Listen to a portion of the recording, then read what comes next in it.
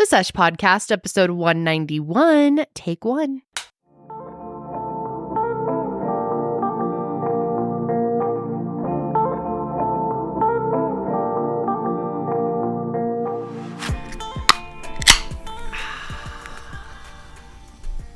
Need that caffeine, baby. Ooh. Oh, that'd be sounding nice.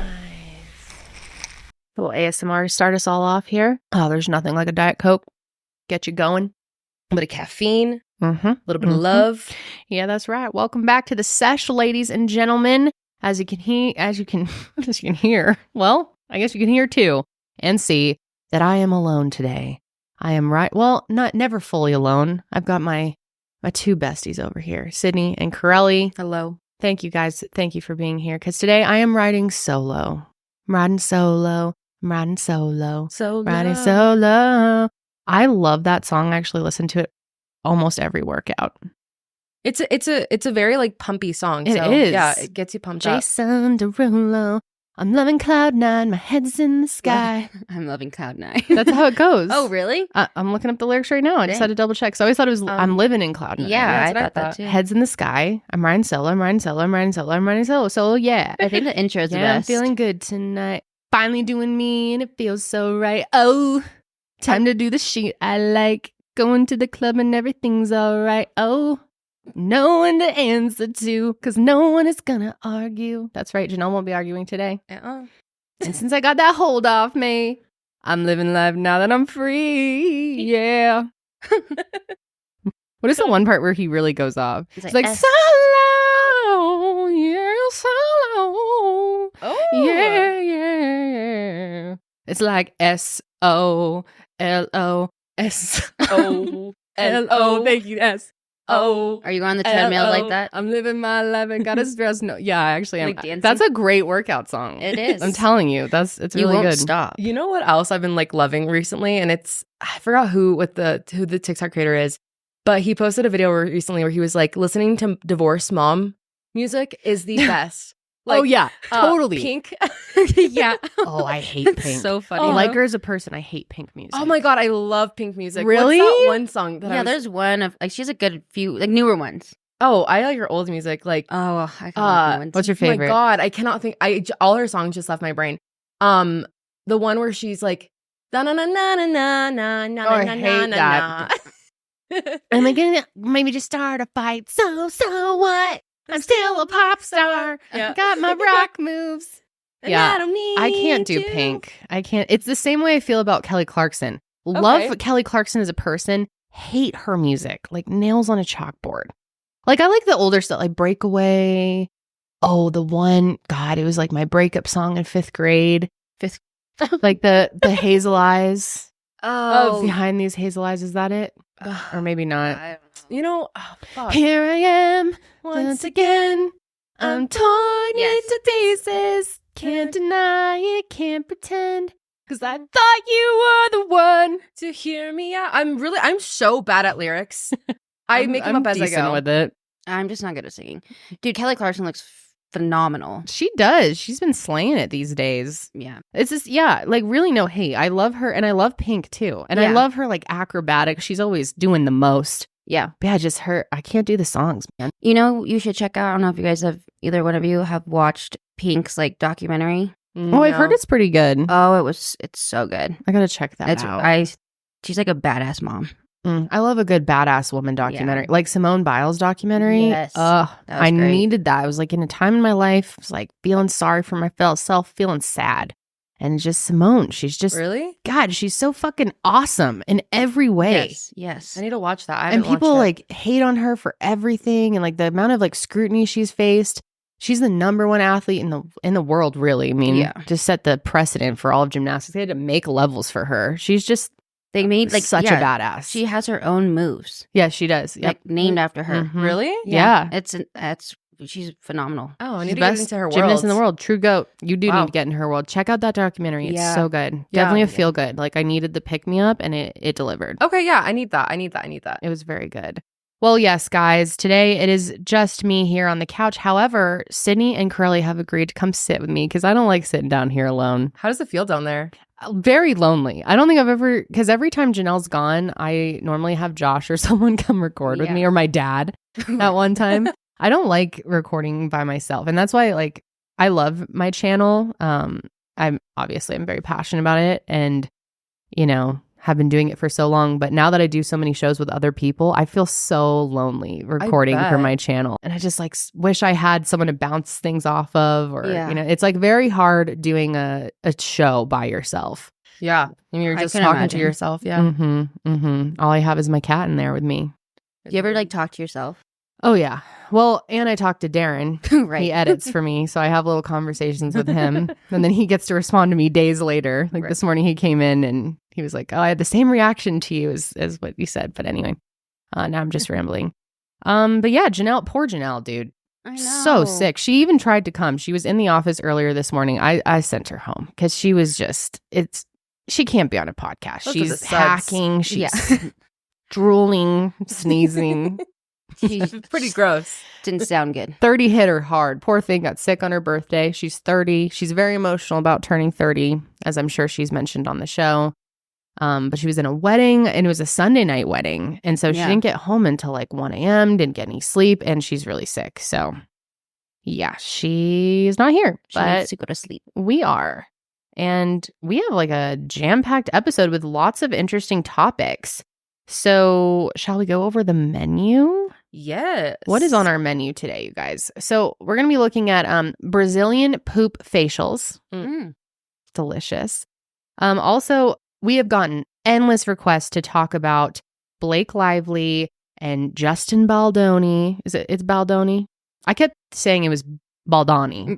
I think it's Baldoni. Baldoni, who are starring in the It Ends With Us movie that has just come out. I haven't seen it, but it's based off of a Colleen Hoover book, who's a very controversial author. And a lot of you have asked us to talk about it. And there's a lot of elements to this story and a lot of discussions to be had. However, there are still like many things we're not completely sure of. And I feel like more information will be divulged as time goes on. It's very layered. It's very layered. It's a lot. That's the right way to put it, Karelly. Also, we have a little CSI. I think we'll start out with that.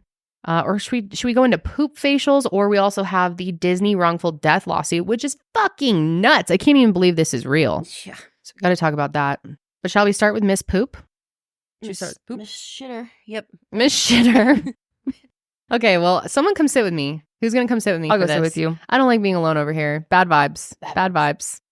I guess I could have my dog how Janelle normally has Charlie. Both my dogs are here, but they don't like the camera. I don't think they like the lights and stuff. They get stressed. Welcome. Hello. This feels so nice. This is, wow. I finally get to see you. You're always so far from me. Wow. You're even prettier in person. So are you. Your skin, can I just say, looks radiant. You look healthy. You look like you're just living. Thank you so much. I have to cut my bangs again. But last time I cut them, I really fucked them up and they're a little crooked. I feel like with the bangs though, you can like kind of pull that off because they just look like that more like carefree. Isn't it like the wolf style? Yeah, that's kind of what I'm going for. I love that. Yeah, I really want bangs. How often do you have to cut them? I cut them like a month and a half ago.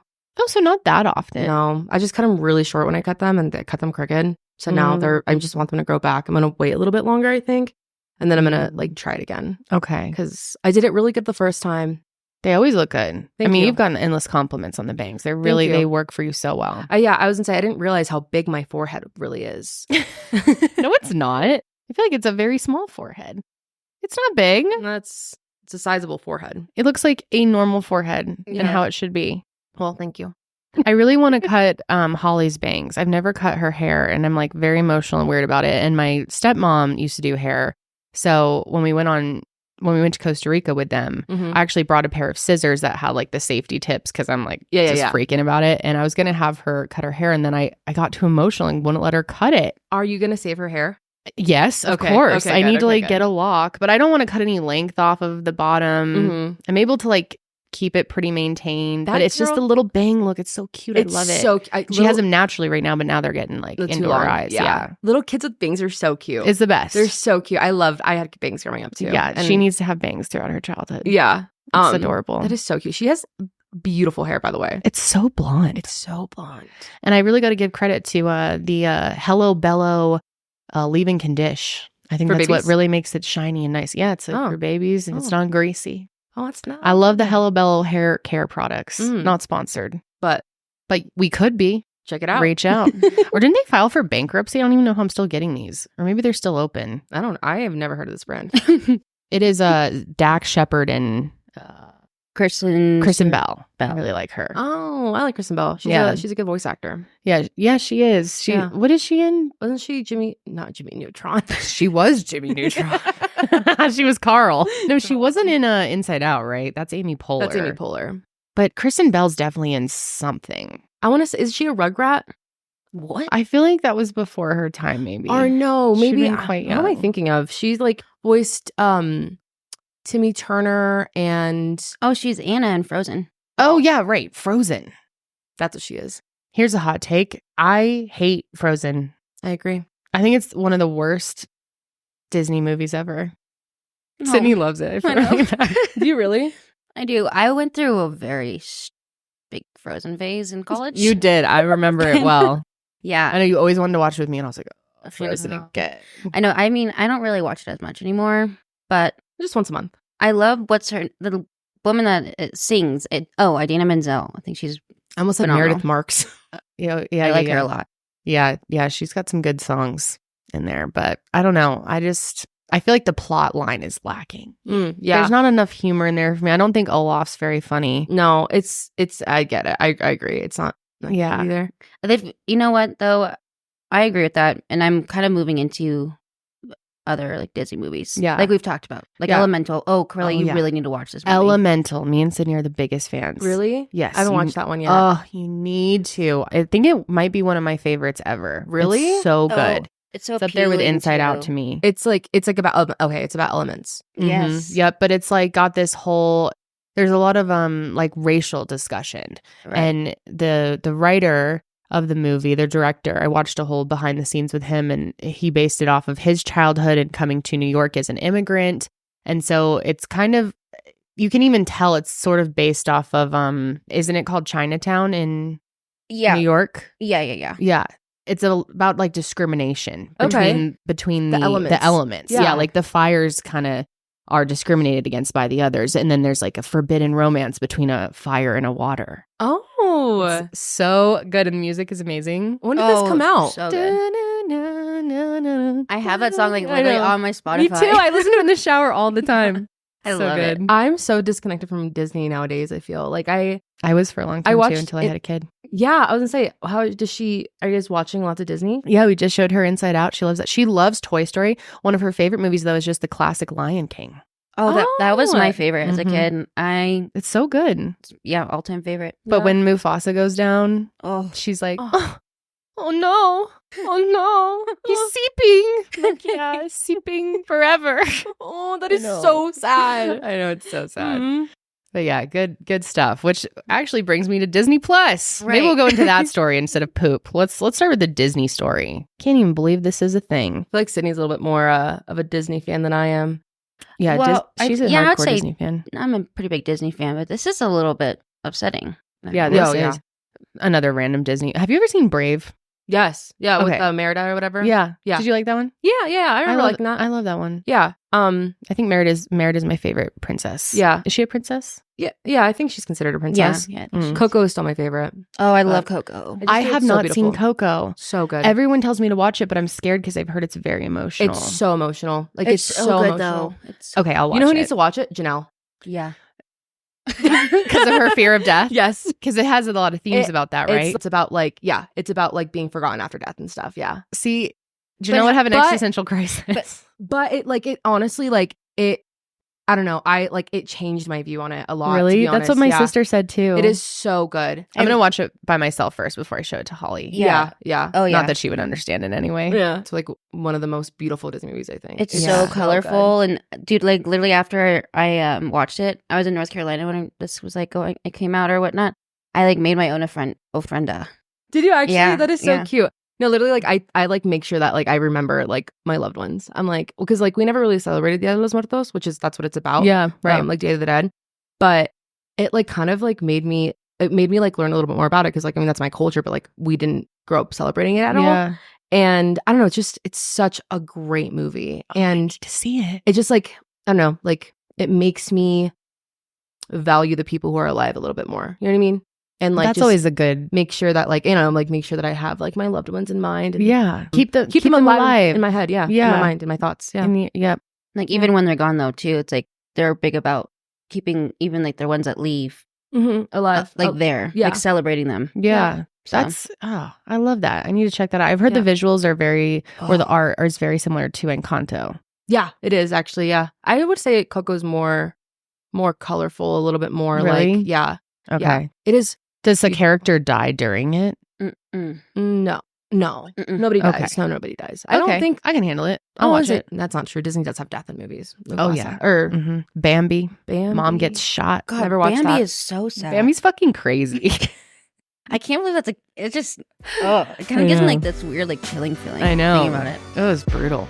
With fall on the horizon, it seems like everyone is eager to give their wardrobe a well-deserved refresh. And that is why I'm so excited to talk to you about Jenny Kane, who is our sponsor today, because they have some really, really great pieces for transitioning into the fall. And recently I got to try out the Blake ankle boot, which I'm obsessed with this pair of boots, you guys. First off, it's extremely good quality and they're super, super comfortable. They have so many different items in their collections for sweaters or blazers, jackets, dresses, loungewear, bottoms, shoes, jewelry, you name it. And in addition to clothing, they also have home collection where they have so many cute things, from luxurious bedroom linens and iconic furniture to the cutest pillows and throws, not to mention the most incredible scented candles. They've got tons of stuff and I'm obsessed with their style. It's right up my alley and I really think that you guys will enjoy it as well. Jenny Kane Home is the ultimate destination for elevated home essentials. Each piece in their California inspired collection is designed so intentionally you can style them in any space without a second thought. Jenny Kane Home believes in the art of simplicity. They focus on comfort, quality, and timeless design so that you can curate a space that never goes out of style. Plus, they have an incredible rewards program where you can earn up to 10% back with every purchase, and joining is completely free. Jenny Kane Home is here to help you create a space that everyone will envy. Jenny Kane Home has everything you need to transform your space into a luxurious sanctuary. And our listeners get 15% off your first order when you use code SESH15 at checkout. That's 15% off your first order at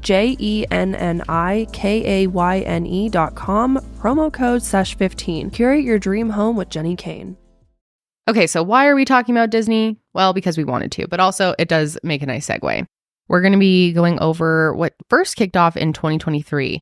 Jeffrey Piccolo and his wife, Amy, Dr. Tang Xuan, and his mother, the three of them all went to go grab some food at the Raglan Round Irish pub in Disney Springs. Oh, Raglan Road. Thank you, Sydney. What is that from?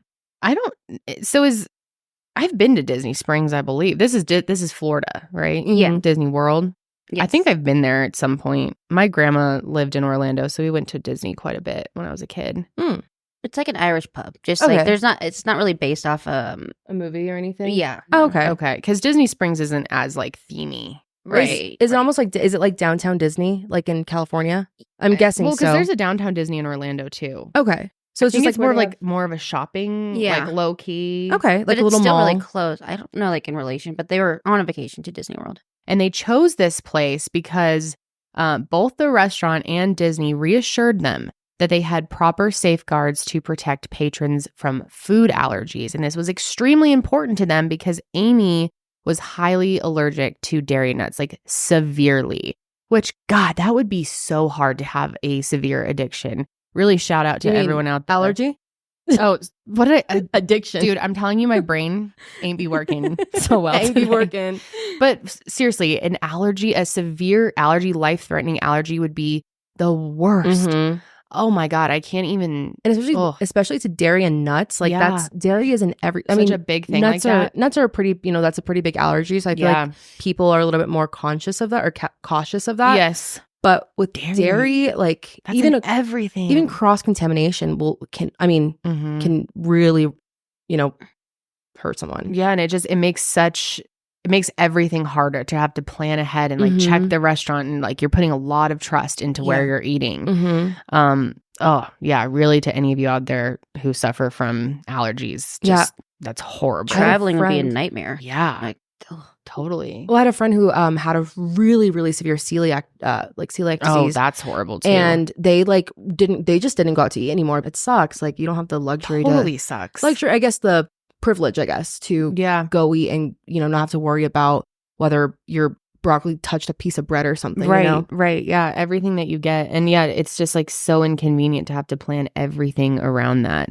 Josh has a peanut allergy, but it's pretty mild. Like his throat will not close up, but it gets very itchy and uncomfortable for him. And so when we went to Thailand, we were really worried about it because they cook a lot with peanut oil and they put peanuts in everything and stuff. So it was like kind of a pain, but it's not like we were worried that if he did get some that it would be life-threatening. You know, he doesn't have an EpiPen. And, I just can't imagine what it would be like.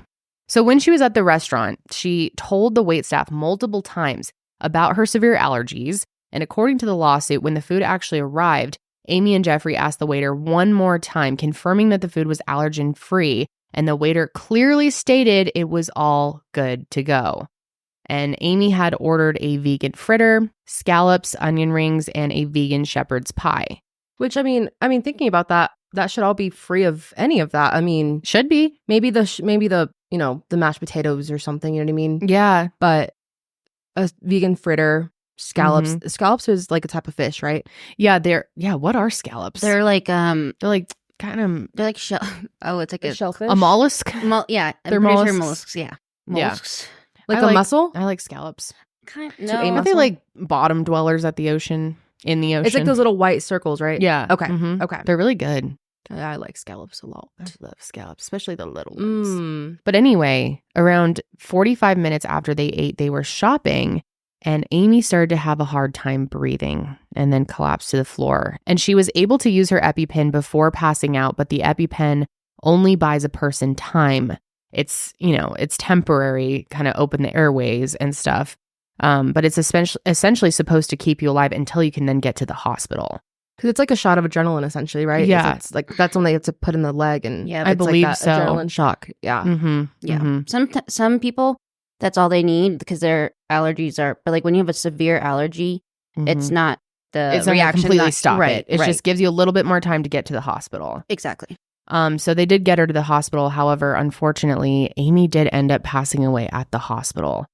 And oh my God, that would just be, Wow. oh, Like going on thoughts vacation. going through their heads, You're on the high of like being on Yeah. vacation. Yep. Like, celebrating together as a Mhm. family, and then Mhm. never think that this could happen. But according to the autopsy report, the medical examiner determined that Amy's death was caused by a result of anaphylaxis due to elevated levels of dairy and nuts in her system. So both.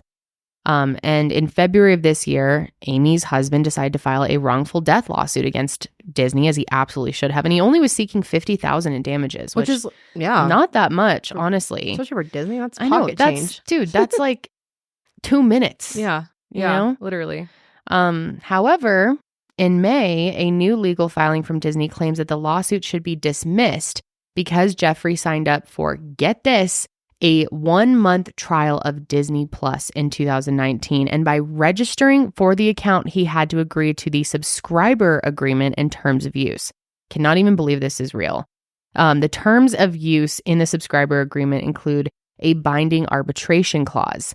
On the first page of the agreement, it states that any dispute between you and us, except for small claims, is subject to a class action waiver and must be resolved by an individual binding arbitration. That is crazy. Unreal. And It's like snuck in there. in the Disney Plus subscription. It came out in November of 2019. So I remember everyone was signing up for Disney Plus. That's when I got the trial. Then we ended up getting it again. Yeah. Because of Bluey. You wouldn't think that like one, you know, Disney Plus, like the streaming service has anything to do, or yeah, it shouldn't have anything to do with going to a park or like no. anything like that. And that's like really makes you think about everything that you sign. And Yeah. who's ever reading those when you're signing up for a service? No one has time for that, right? Yeah. But like, are you signing your rights away that if you die at Disney, You cannot sue. Because you got Disney Plus. that's so fucking nuts. So Disney said that the term of use agreements that Jeffrey agreed to mean that they must settle the matter through arbitration, which is a process that uses a neutral third party to settle on the matter outside of court. And Disney's lawyers also claim that because Jeffrey used the Walt Disney Parks website to buy Epcot Center tickets, that Jeffrey accepted those same terms there. So who knows? They're shoving these into like what? So no matter what, like you're screwed if you could like yeah. Because isn't there also like a rumor or something that like nobody's quote unquote died at Disney because they take the person outside of the park before they're like pronounced dead.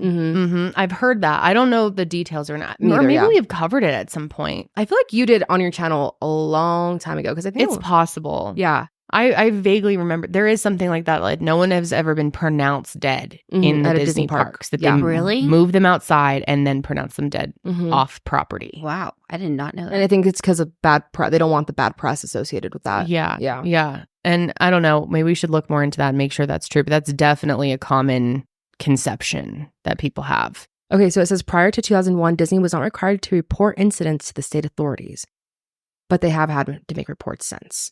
Okay, so maybe that was an older thing. Yeah, it looks like it was an older thing. That's definitely a widespread belief. Yeah. I don't know if it's a misconception, though. I don't know. Maybe someone can let us know. For example, for the first quarter of 2005 to the first quarter of 2006, Disney reported 4 deaths and 19 injuries at the Florida parks. Okay. So, yeah, I think they have to now report it. Okay, so maybe there was a time where they didn't. They just, before 2001, they were not required to report to the state authorities. God, it's so crazy. The whole world of Disney is really weird. But anyway, a spokesperson for Disney made a statement saying, "We are deeply saddened by the family's loss and understand their grief." Yeah, you should fucking understand. Given that this restaurant is neither owned nor operated by Disney, we are merely defending ourselves against the plaintiff's attorney's attempt to include us in their lawsuit against the restaurant. Jeffrey's lawyers immediately shut down Disney's filing in a motion filed very recently, August 2nd. They claimed that Disney's argument is preposterous and fatally flawed. Literally. I definitely agree with that. And in a court document, Jeffrey's lawyers said Disney's argument is based on the incredible argument that any person who signs up for a Disney Plus account, even free trials that are not extended beyond that trial period, will have forever waived the right to a jury trial enjoyed by them and any future estate to which they are associated. That is crazy. It's like when you guys first brought this story up to me last week, I was like, this is not real. There is no way. And all he's asking for is $50,000. Yeah.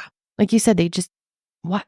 Yeah. And this just looks so bad. What bad PR. The amount of money they'll probably lose from people canceling Disney Plus subscriptions. But then how does it work? If but you does it cancel matter? it, you already signed it. You're done. You're toast. Anything can happen to you at Disney and they won't give a fuck. What the hell? Sorry, it's not funny, but it's just insane. I know. It's like laughable though. So Jeffrey urged a judge to reject Disney's motion and dismiss the case. He said the company is explicitly seeking to bar its 150 million Disney Plus subscribers from ever prosecuting a wrongful death case against it in front of a jury, even if the case facts have nothing to do with Disney Plus. I mean, that's really the craziest part is that it's not even like they signed a waiver to be at the restaurant or to be on Disney property. It's Disney Plus. And it's just the umbrella of Disney, which is so bizarre. That is the craziest shit to sneak into a free trial. I wonder what else we've signed away. Like, like I'm sure Spotify or like Facebook or what all these things. I'm like, what? Like to use it, you can't sue us. Yeah. Yeah. And we don't know if those actually do that. But it definitely makes you wonder. So I wonder the restaurant is not owned it or operated by Disney. But it's at Disney Springs. Right. So does that mean that maybe Jeffrey can go through the restaurant and like sue the restaurant instead of suing Disney? Maybe. Well, I don't know. Hopefully this judge disagrees with him that this is absurd. Yeah. Especially considering how many other people could be affected by this in the future. So there has been a hearing scheduled for October 2nd on Disney's motion to dismiss the case. So we're just going to have to wait and see till then. Let's definitely mark that down and keep track of that. Yeah. Okay. I want to see what happens. God, this poor man, this poor family, for them to be around her and witness that. Oh, and the fact that they asked so many times, like, make sure that there's nothing in the food. And it ended up being dairy and nuts. Oh my God, how heartbreaking. So kind of a depressing story right off the bat, but very important to talk about. I'm super curious to hear what you guys think. Let me know if you have signed up for Disney Plus and were you aware that you were signing your rights away when you did so? Because I'm sure a lot of you out there are Disney Plus subscribers. It's like becoming a very common streaming service to be a member of. I feel like there should be like almost like bullet points of what you're signing up for, or even the most important parts you're agreeing to are like in a condensed section, right? Because I mean, how many people know how to read like like legal jargon. You know what I mean? Like And obviously there are things in life you do take the time to read. Yeah. You know, contracts to buy a house or legal documents or your taxes maybe, you know, Right. things like that. But like signing up for a streaming who's going to take service. time to be like, all right, time for me to sit down for an hour and go through Highlight. this Disney Yeah. Plus subscription. Yeah. It's just fucking It's- nuts. They it's need to make it so unrealistic. much more user friendly and clear. Yeah. I really think they should have like some kind of like like a little keynote or something. at Yeah, the or top. even like a video. That's what we need nowadays. yeah. A little quick run through from a lawyer explaining what you are signing right Yeah. now. Yeah. And like not everyone has money to like consult their lawyer before they sign up for Disney Plus. Disney Plus, Yeah. let me hit up my lawyer. Yeah, no, they should be the ones putting that out there. Yeah. But there's a reason It's they sneaky. don't. These corporations get away with fucking Everything. Anything. murder, everything. Yeah. literally. Well, maybe not murder. I can't go that far. But I don't know. Maybe you could.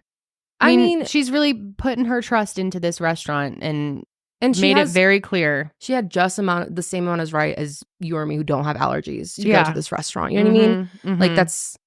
it was Okay, not murder. I shouldn't go that far, but extreme negligence that Yeah. absolutely they should be held accountable for this. Like it did result in someone's death. yes, hopefully this judge has a brain cell and can see how insane this is, and just how many other people they're going to put at risk if they don't do anything to shut Mhm. this kind of shit down. Oh yeah. Yeah. But anyway, let's switch gears a little bit. That was kind of a rough one to talk about right off the bat. But yeah, really important. Definitely wanted to make other people aware. Yeah.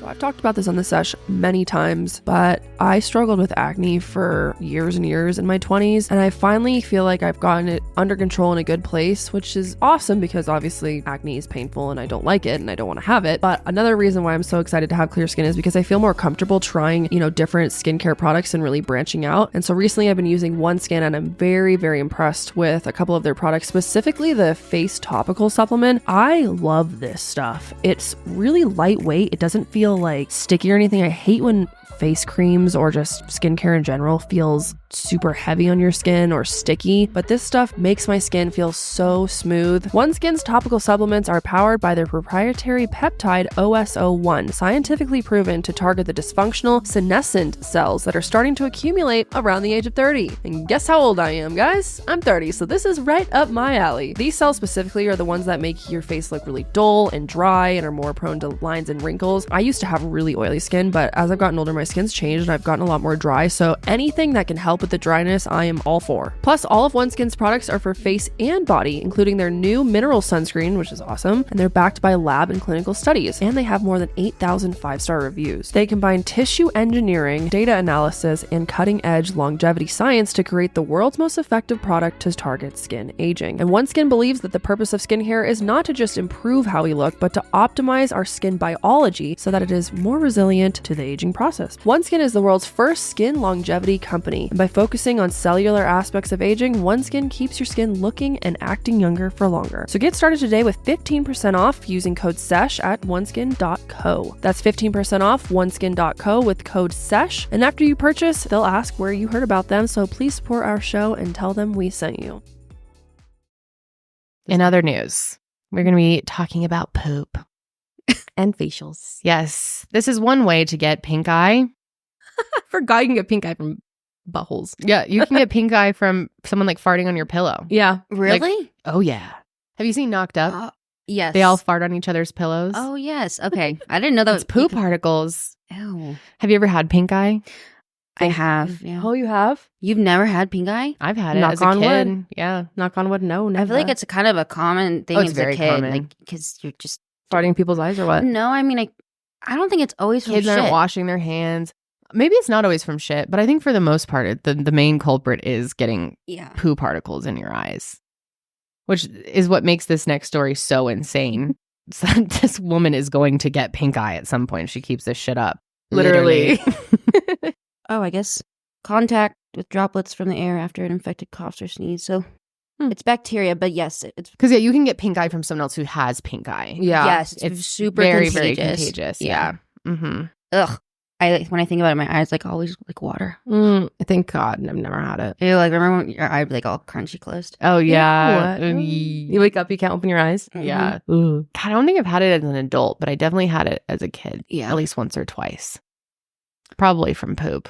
There was this one kid that always sat next to me in 5th grade, and he just smelled like poop always. It's like he didn't wipe his butt correctly. Or I don't know something. what he was doing. I think he was like swimming in it or something. Like he just, oh my God. It was so obviously poop, you know, like it was that smell. Mm. Oh, He probably probably just wasn't sitting wiping. next Yeah, he probably to wasn't him. wiping. Yeah. Didn't know how to do it properly. Yeah, probably something like that. I still remember his name. Won't say it. But we think about you sometimes. I do. I still think about him sometimes. Okay, so this story is so fucking insane. Dude. Who found that? You found this, right? No, Janelle did. Oh, did she? Unsurprisingly, yeah.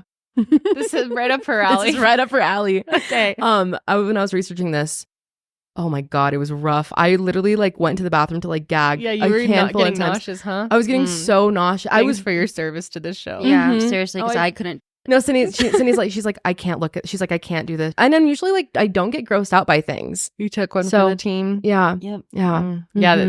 this is really sick, especially the pictures and stuff. Oh, we have a video too. Oh, yes. I forgot. I wanted to save my reaction to that while we were here. But okay, so this is a Brazilian influencer. Her name is Deborah Peixoto. At first, I thought it was Deborah. So that's where my brain is at. Deborah. She is being ripped to shreds right now on the internet and doctors online over her bizarre skincare routine, which involves caking her face with her own shit.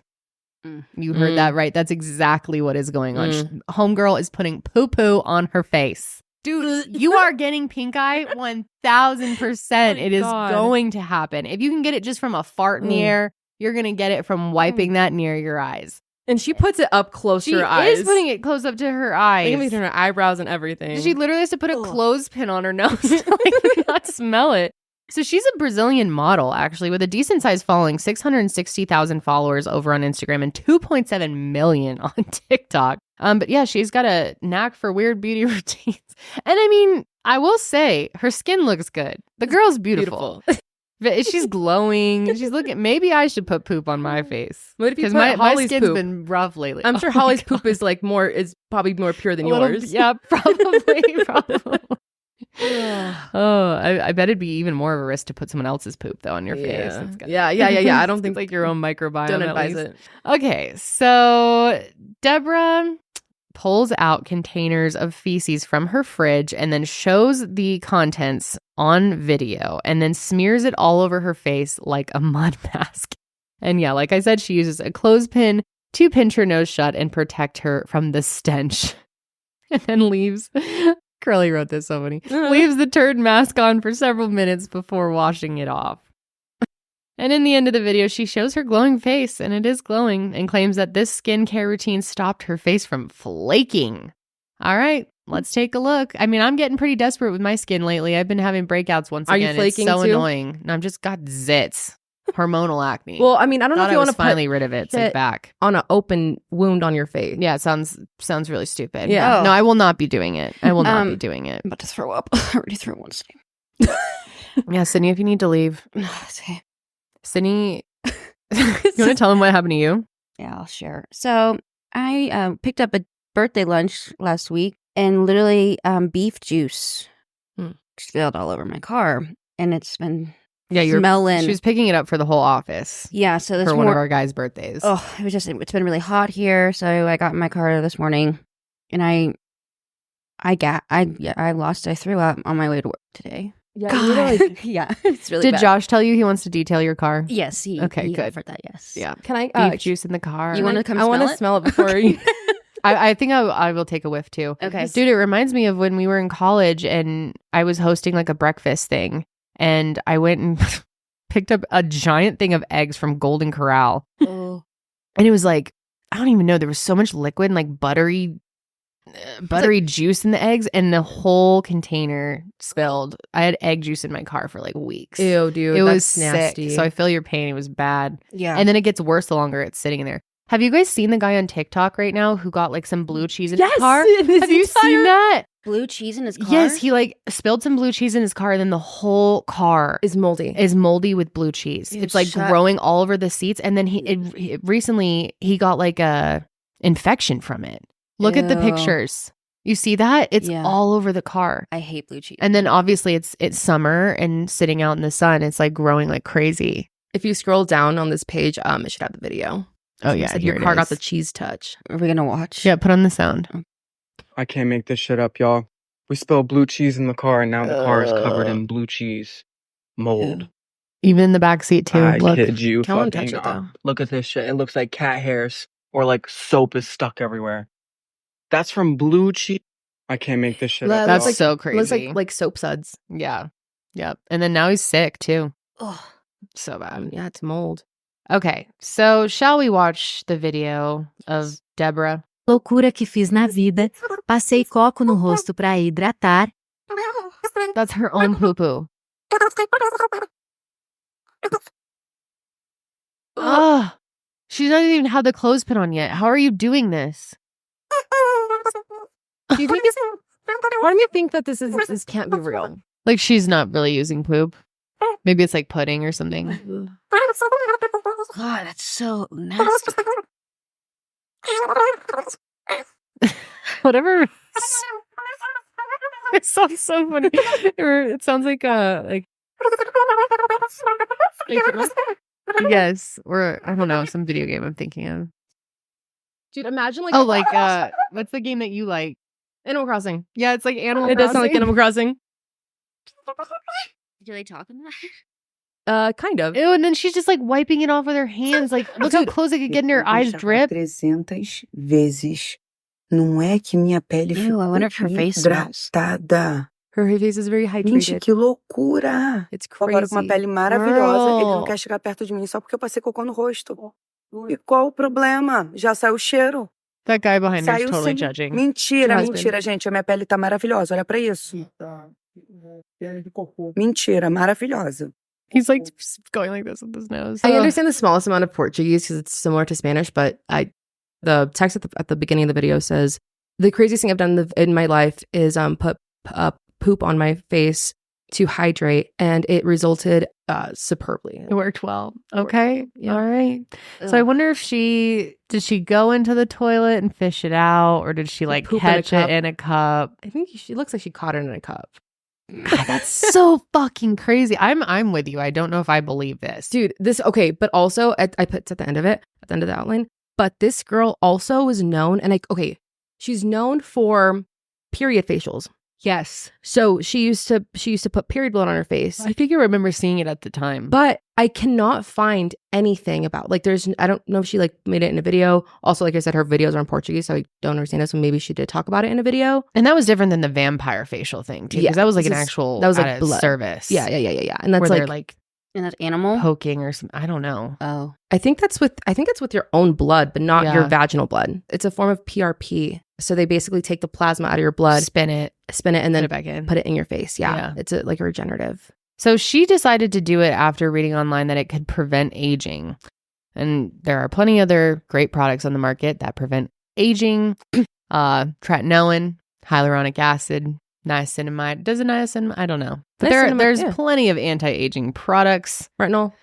You know, better options than shitting in a cup and smearing it on your face. Not stinky. But on her IG reel, she flashed the article that gave her the idea. It says, Harvard wants to create a poop bank, feces that could be used to reverse aging. But this article doesn't say anything, obviously, about shitting on your face to prevent or reverse aging. Nothing can reverse aging. In fact, not even all the Botox in the world could prevent the inevitable. God, I really want to get Botox, speaking of which. I really want to too. I do too, but I have It's like like friend. expensive. It's hard to keep up with, and when I'm pregnant, I won't be able to do it. My friend says it's the best thing she's ever done for herself. I've heard it. Janelle and I went and got consultations because we really wanted to do it, but we went like a year ago and then never did. Mm-hmm. I really kinda want to go. want I think I'm gonna go. I want to. I keep like making those like you sign up for them to call, Mm-hmm. and they're like calling me, and I'm like, I just haven't been able to set up like an actual consultation. It's just like one more thing to do, and I think it gets Exactly. pricey really fast because even if you Mhm. start with a little, you're gonna want more. And it's only like 3 months. Like Mhm. it's very expensive. I really want to get the lip flip, which is like a little Botox in your lip just to Mhm. push up the other one, Yeah. the top one. Have you seen that a lot of people are like dissolving their filler? Yeah. Because of the like it just does Yeah. not age well. It Yeah, gets, like, I don't want to hard or get lip something. filler after seeing all of that. I Yeah. wanted it for so long because I have a Mhm. really thin top lip. When I smile, it's just like gone. Me too. That's my issue. But yeah, Anyway, maybe one day I'll get it. But what this article does say is that Harvard Medical School has been researching fecal microbiota transplantation, FMT, which I have heard about this. And some gut health experts, dude, brain not here today. I'm just going to warn y'all now. But some gut health experts do believe that some bacteria found in human poop holds the answer to treating the disease and may be able to slow down aging. I have heard this is working really well for a lot of people out there. Yeah. However, stool donors are the ones that they use are thoroughly and rigorously screened before being used for FMT because the GI tract has an ecosystem of thousands of bacteria, obviously, and other organisms that help keep the body healthy. And FMT is administered by colonoscopy or enema or nasogastric tube Or an NC tube. Or orally with poop pills. Harvard is, they're making poop pills. Yeah, and I guess they've been doing this a lot with like children who have like Crohn's disease or any kind of like stomach issues, and it's worked miracles. I've heard it works for like all ages, right? Yeah. I think where I specifically, where I got a lot of this information was like a Boston Children's Hospital. Interesting. Yeah, they had posted their study. That is really interesting. Yeah. Someone that deals with stomach issues, but Yeah. Do you want to talk about that? well, I mean, it's just crazy to me because I was diagnosed with ulcerative colitis, and I've never heard really anyone that has been like cured. It's like you're going remission, but Yeah. it's never just like gone or Yeah. fully better. So that's, I don't know, it's interesting. Would you consider looking into this? I'm gonna be honest, probably not, just because it's Just kind of like freaks you out. yeah. Unless if I got like a really really bad flare up or Yeah. something, Came And to it a point where you'd like, want to try something. yeah, it'd have to be like really bad. Yeah. Which I mean, there's been times, but Yeah, there have been times it's been really bad over your life. yes, yeah. I am thankful right now though. Yeah, you've been going strong for a decent amount of time now. Yeah, At least a couple months, 6 months, right? yeah. Like sometimes, well, there's sometimes it will flare up a little, but now if I take care of go to my doctor right away, Yeah. it really makes a difference. So Yeah. It sounds like such a hard thing. Dude, stomach issues are brutal, Yeah. especially chronic like that. I'm sorry, horrible. Sid. it's all good. Oh, I'm glad you get it treated and like you're, Yeah, no, I mean, I just feel for truly anybody that has like stomach problems because Horrible. you can't like show someone, right? Like, Yeah. and then also It's like an invisible illness. right? And that can be hard. That's the worst kind, man. Mhm. Yeah. And maybe, it's interesting that they're doing this research now and starting to get good results because I'm sure like in a few years it's going to be Oh yeah, even better. And maybe it will be something that you'll want to consider one day. like especially doing like poop pills or like Yeah. having him in like Yeah. a capsule, like capsulated essentially. I wonder if they like somehow make it not smelly. I'm like sure. Maybe they use like Yeah. a coating on it. I'm sure. I have vitamins that are coated in like mint and lemon Yeah. essence. Lemon. Lemon. Dude, I'm telling you, I'm so tired today. Okay. But nowhere in this article does it say anything about smearing the poo-poo on your face and that it will clear your skin or anything like that. So this was just her own like, it's working for that. Yeah, she let me do a little experiment. Literally read the title of the article and was like, I'm doing it. Yep. but on my face. That's why reading is key. Yes. That's why you need to finish Reading reading is the article. But like, let's be real. Either this isn't real. Either she's faking it or she's doing it and it's just a way to go viral or like it's rage baiting. Yeah. And Yeah. I think that she knows very well what this was going to do. Yeah. Yeah, I mean, but hey, we end up looking at stuff like this because it's interesting. It's like, wow, this person's really smearing shit on their face. Right. This is really happening right now. The world's a very crazy place. So many medical professionals, rightfully so, advise against this manure mask. So please do not try this at home, our lovely Seshies. Dr. Sophie Moman, specifically a dermatologist at the Candogan Clinic in London, says that there's absolutely no scientific benefit to your skin in using feces as a face mask, adding that it just puts you at risk for a plethora of bacterial and viral infections, including E. coli, salmonella, helminthus. I've never heard this. I think. Helminths? Like helmets. Oh, like parasite. yeah. Okay. Bites. Which can lead to serious infections and disease. And of course, pink eye. Did we learn nothing from Typhoid Mary. I don't know who Typhoid Mary is. You didn't learn about her in school? I don't know No. who she is either. Was like, yeah, she You learned was- about her in school? Yeah, in Who my is health this? class. So she, back in like the early 1900s, she was like responsible for like typhoid fever. She was like immune to she was asymptomatic with typhoid. So it's a disease that can spread through food and water. And she was I believe she was a cook for a hospital or something. Oh boy. And she didn't wash her hands. Like this was like back in the early 18. I meant 1900s if I said 1800s earlier. Early 1900s. And she was asymptomatic, but she was giving it to all of her patients essentially. oh and my God. Hundreds and thousands of people died.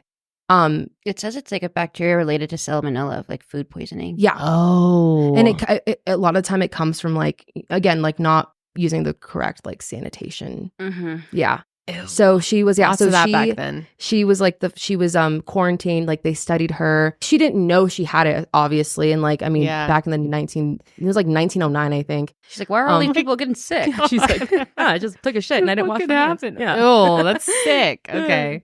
Yeah. Oh, God. Okay. Side note, some cosmetologists and Tom Cruise swear by Nightingale poop facials, which is bird poop turned into a powder that can be added to face wash for extra exfoliation or applied as a mask. But it's scentless and it's bird poop, not someone's own poop, which is still disgusting, bird poop or not. And that can actually be traced back to ancient Japan. Geishas and kabuki actors in the 18th century used nightingale droppings to remove their heavy makeup, actually, and whiten their faces. The droppings were found to have naturally high levels of urea, Which is like it's like the something in urine. Oh, okay. Yeah. It's like some chemical or some protein or something in urine. So that is supposed to help retain moisture in skin. Supposedly, allegedly. And Tom Cruise is into this? Yeah, he doesn't do like Botox or anything. This was like a long time This is ago. poop this article. only. Yeah. Bird poop. Yeah.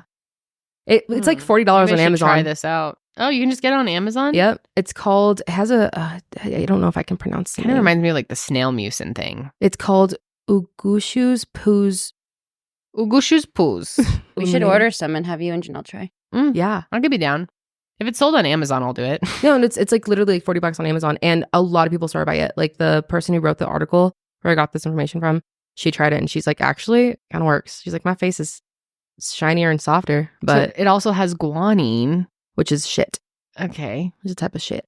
And an amino acid that imparts a luminescent quality to the skin and fights sun damage. Maybe I got to try this out. Yeah. I mean, Don't knock it till you try it. exactly. And As long as it's not going to give me pink eye. oh, it's $18. I thought it was $40. Huh. It says 2 ratings. I think I will not be doing that. Well, let us know if any of you have ever used that. Anyways, though, back to Deborah. She could, definitely just be rage baiting us all here. Because like Karelly said, she's used the period blood as a facial in the past. Although it seems like that's been kind of scrubbed from the internet. Can't find anything about that. She also just sparked some controversy in January after opening up about her relationship. So here's just a little side note of tea. She said that she's been criticized because of their age difference and the fact that she's married to her cousin.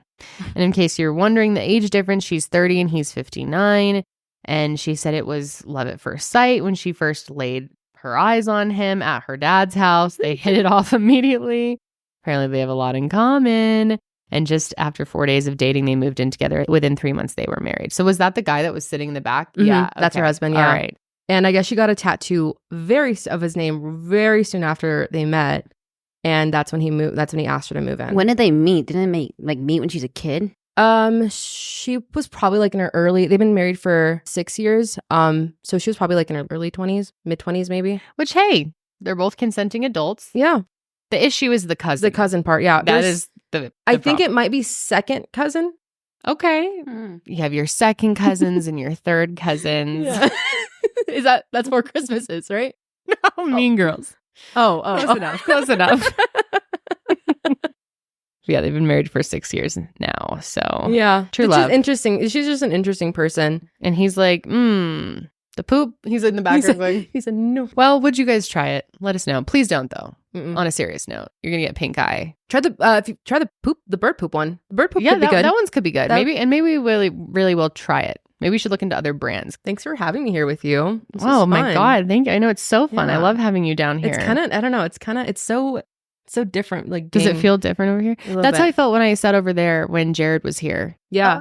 Mm-hmm. Oh, you were a producer? Yeah, just for Jared's. Where were you that day? I think I was out of town. Yeah, you were. Oh, I think you were at a music festival or something. Mm-hmm. Yeah, I was somewhere. That was Yeah. last year. That was before. Yeah, we that was got before married. they got married. That's That crazy. definitely. And yeah. they did like the newlywed game. Yeah, yeah. And I got to sit over there, and I was loving it. It was so fun. I Yeah. felt like so legit with the producer table. And I feel so everything. legit up here. I'm like, wow, I'm a star. Wow, light, huh? I really just tried to talk like that. I'm telling you guys, I'm at my like God. a 50% of my normal brain Capacity, capacity literally. today. I'm just not. Wow, that was beautiful. So nice to have you up here.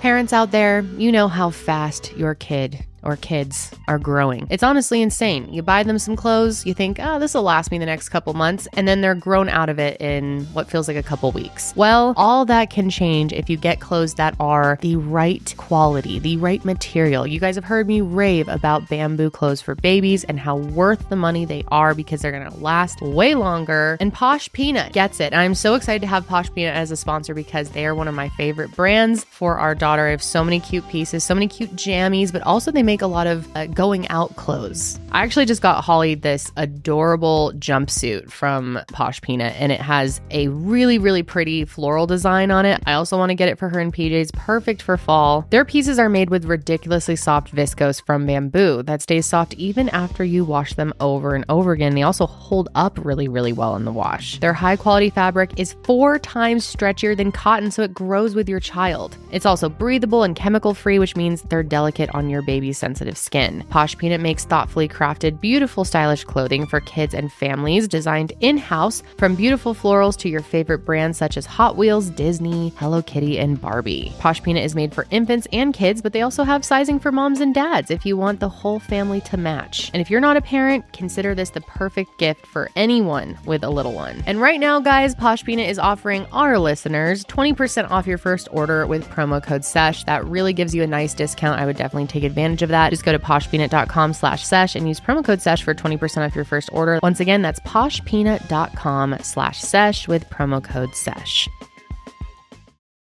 All right. So Sydney is here now. Welcome Yes. to the couch. Thank you. It's been a while since you sat down here. It has. I And feel I've like- never sat on this side. Yeah, no, and sometimes, a lot of the times you sit in the middle. Like Right. when you, Yeah. oh, well, of course, that wasn't you, but Oh, right. No. Ema Anus, Yeah. My anus. doctor, Our sex birthday. therapist. Our one time, I was over here. Oh, with yeah, you. yep. So Oh. it's been a minute, though. What sign is Ema? Yeah, what sign is Ema? Sign. Yeah, when's Like her her birthday? zodiac. Scorpio. Of course. Yeah. Of course. Of Sex course. therapist, absolutely. Yes, yeah. Had to be. Freaky Mhm. lady. Mm-hmm. You Yeah. got to bring her back. She was great. Yeah. I'm not sure how everyone felt about her, but I felt great about her. I need to meet her. I don't Oh, think I've ever were you met not her. there? Mm-mm. Oh, yeah. No, I don't know where We I need was. to invite her. I know she's busy. She's doing a press tour right now. Oh Yeah. shit! Didn't Yeah. her book just came out, right? Mhm. just dropped. Just Yeah. dropped. Yeah, Fresh yeah. drop. Yeah. So go pick it up. Ema. Ema Speaking Anus. of books, let's talk about this. I gotta snize. I gotta sniffle. Okay, so it ends with us. Now, this has been a very highly requested topic, and I have seen this everywhere. It's all over my For You page on TikTok. It's coming up on articles. I'm getting notifications from Smart News. Everyone's talking about this movie and Blake Lively and Justin Baldoni. Even Ryan Reynolds has been part of the conversation, who's not even in the movie, but I believe had some. Oh, he It inserted sounds himself. like he was Yeah. somewhat involved with it. So Definitely. let's dive in. So there's a lot of speculation that there's drama behind the scenes of this drama, as in movie. That is a drama. That did not land well. Anyway, I laughed. thank you. It worked. Thank you. But also possible abuse on set while filming. And the two characters seem to have a lot of beef going on. Even at the premiere, there's just been a lot of like, what the fuck is happening here? And then Blake Lively has been under a ton of scrutiny. Yeah. People are really disappointed in her, and I think it's very valid. So let's get into it. So this movie, it ends with us. was just released into theaters on August 9th. I have not seen it. I don't know if I will be seeing it. I don't know. After all this, it just, Yeah. I don't know. It seems like I mean, if some of this is true, it's kind of like, well, I don't want to get into the movie. Yeah. But And the movie itself seems to have a lot of issues, which it comes from a book, actually, which we will explain. But Blake Lively was actually an executive producer on set, and Justin was the director of the film, so highly involved.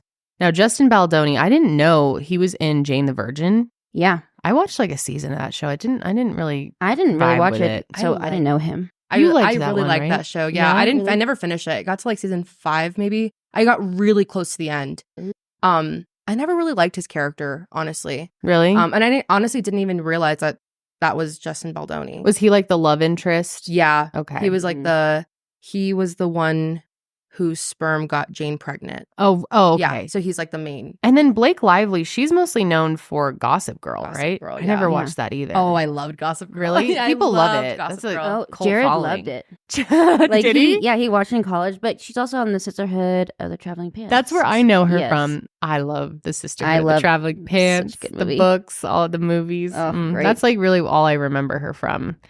So yeah, I never really had much of an opinion on her. She never like stood out to me as a, No, amazing actress or anything. Like No, always not pretty really. basic. I mean, the real star of Traveling Pants, I feel like, was America Ferrera. She really carried yeah, that. and Lena. I can't remember her name. Oh, Lena. remember the one in Greece?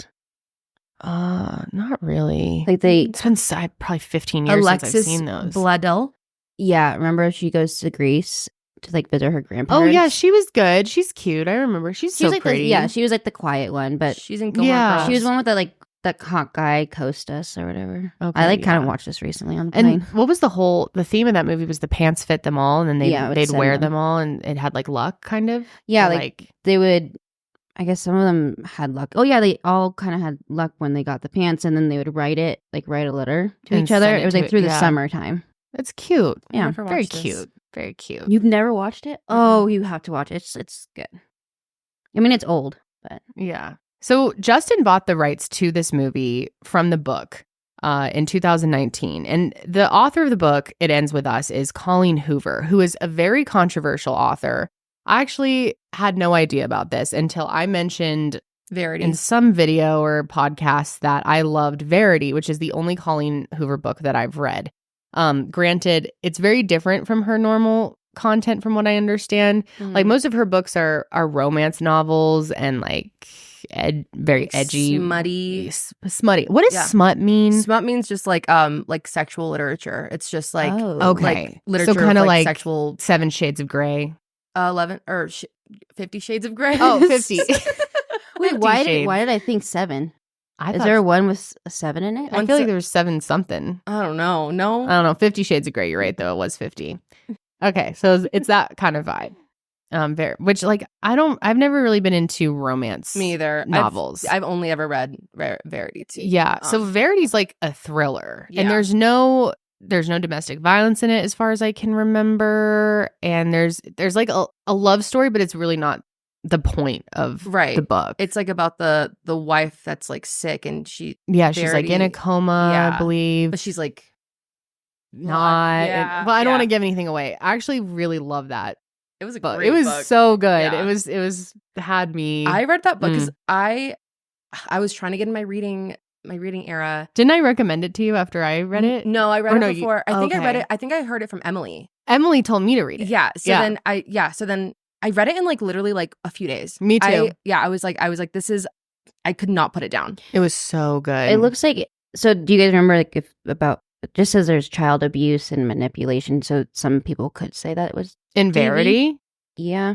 Or do you know? It says Verity. Like Oh, yes. Okay. Yes. Now I know what you're talking about. There's some very triggering scenes, especially, yeah. It's about like postpartum depression. Mm. That's There's some of that in. I the- forgot about got that. into, actually. Yeah, But- that can get intense. But it's like It's a book. It And is it's a like book. a fiction. It is a book. It's a book. Like well, I mean, I like mean- there have those things to make, it's Yeah. a story and to make it I don't want to be like to make it entertaining, but it's a like form of art. it's a book. Like it's all fiction. Like Mhm. I don't know. I have a little bit of beef with like the whole like glamorize, like people thinking that it like glamorizes certain like Yeah, and I think you and I were sometimes talking about that. I think that sometimes it can, like I think there's a line that it can teeter, but when it's like, I mean, I don't know, maybe it's just a controversial take, but No, I completely agree with you. I see people's points because really there's tons of backlash with Colleen Hoover. There's so much controversy around her.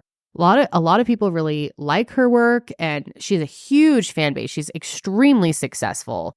But she definitely I think toes the line. And I think a lot of people say that she, like, a lot of her books are like very misogynistic and very, because I mean, but does that not just go with like the whole like romance like genre, I guess? Yeah. And I don't know. Like, I just think that, I mean, we can say that about any form of art, books, movies, plays. And that's you know what I not mean? to say that there's no critique to be had with Colleen, but I do feel you on that. Like, and people were so pissed at me for just promoting Mentioning. Verity.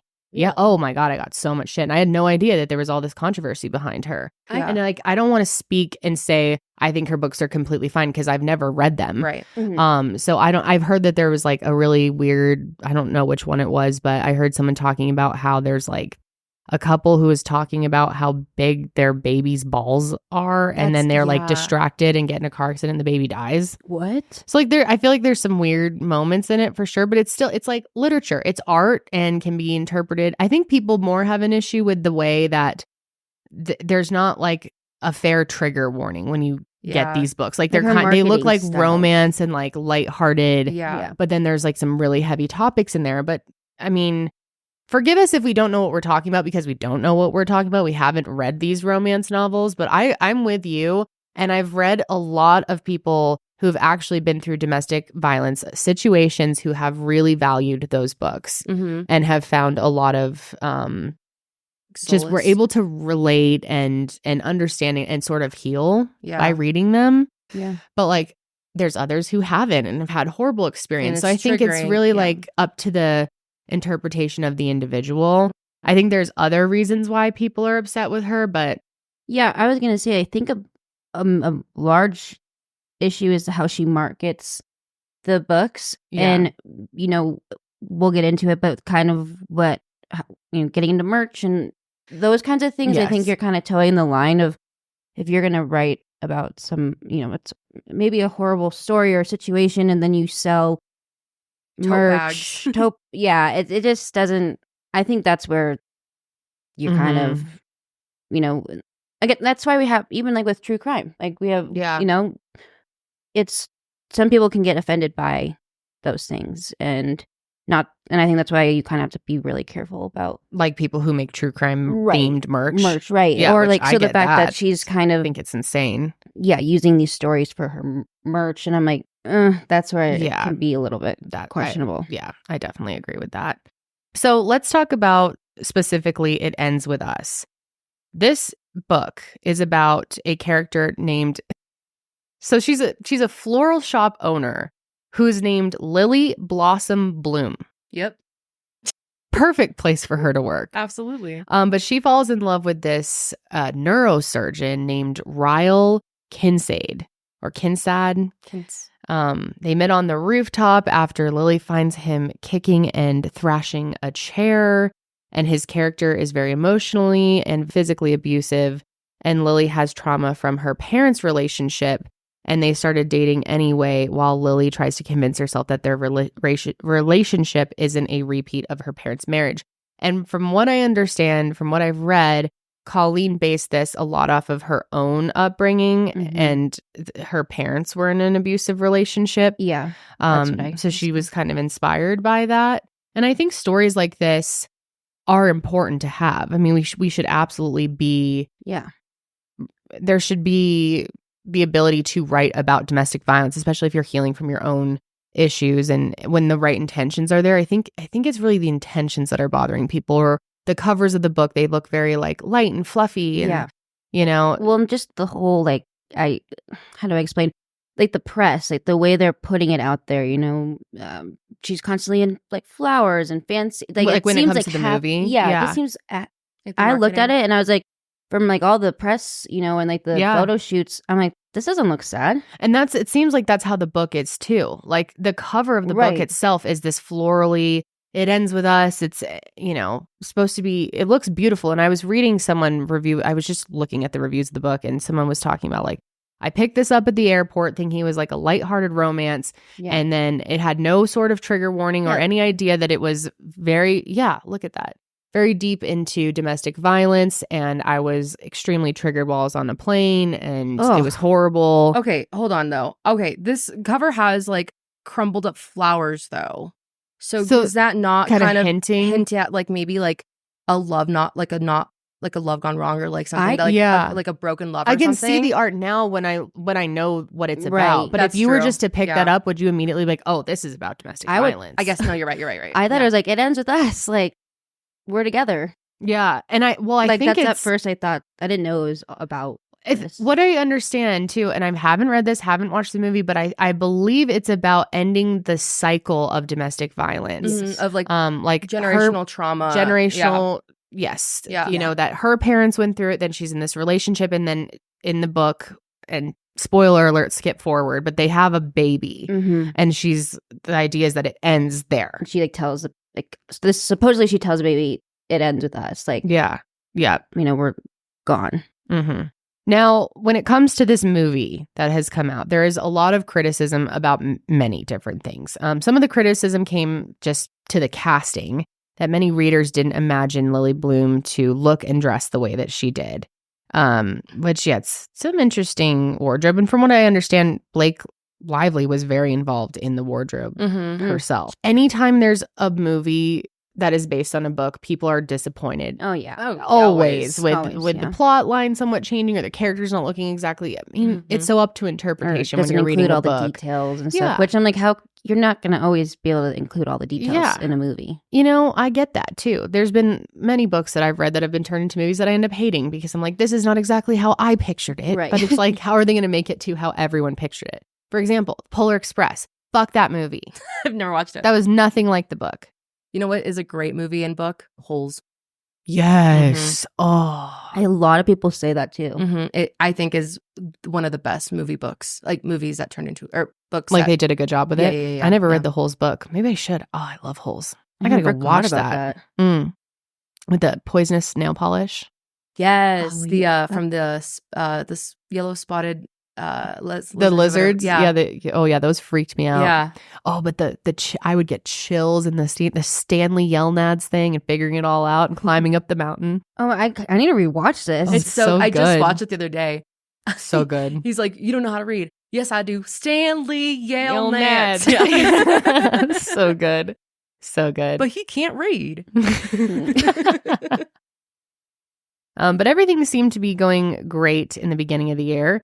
In May, Justin and Colleen were interviewed arm in arm. Here's actually a clip of them being asked about the movie. One thing that you changed that you think book fans will be excited about or really fall in love with? What I'm excited about is that we aged the characters up a little bit. I started writing this book over 10 years ago when I was in my early 30s, and it hits harder, closer to home with them aged up. So I'm just really glad that you guys did that. I know there was a little bit of criticism about that, but I was personally so relieved. We changed the name of the restaurant. It was Bibbs in the book, and it's Root in the movie. It worked better with the script, but also Bibbs worked in the book, but it's kind of funny sounding. We spent so much time between the book and the script that you forget the line between the two. Yeah. I had a list of scenes and quotes that I were hoping would be in there, and they're all in there. I think that they nailed it, and I can't stress enough that if you love the book, I believe you're going to love the film.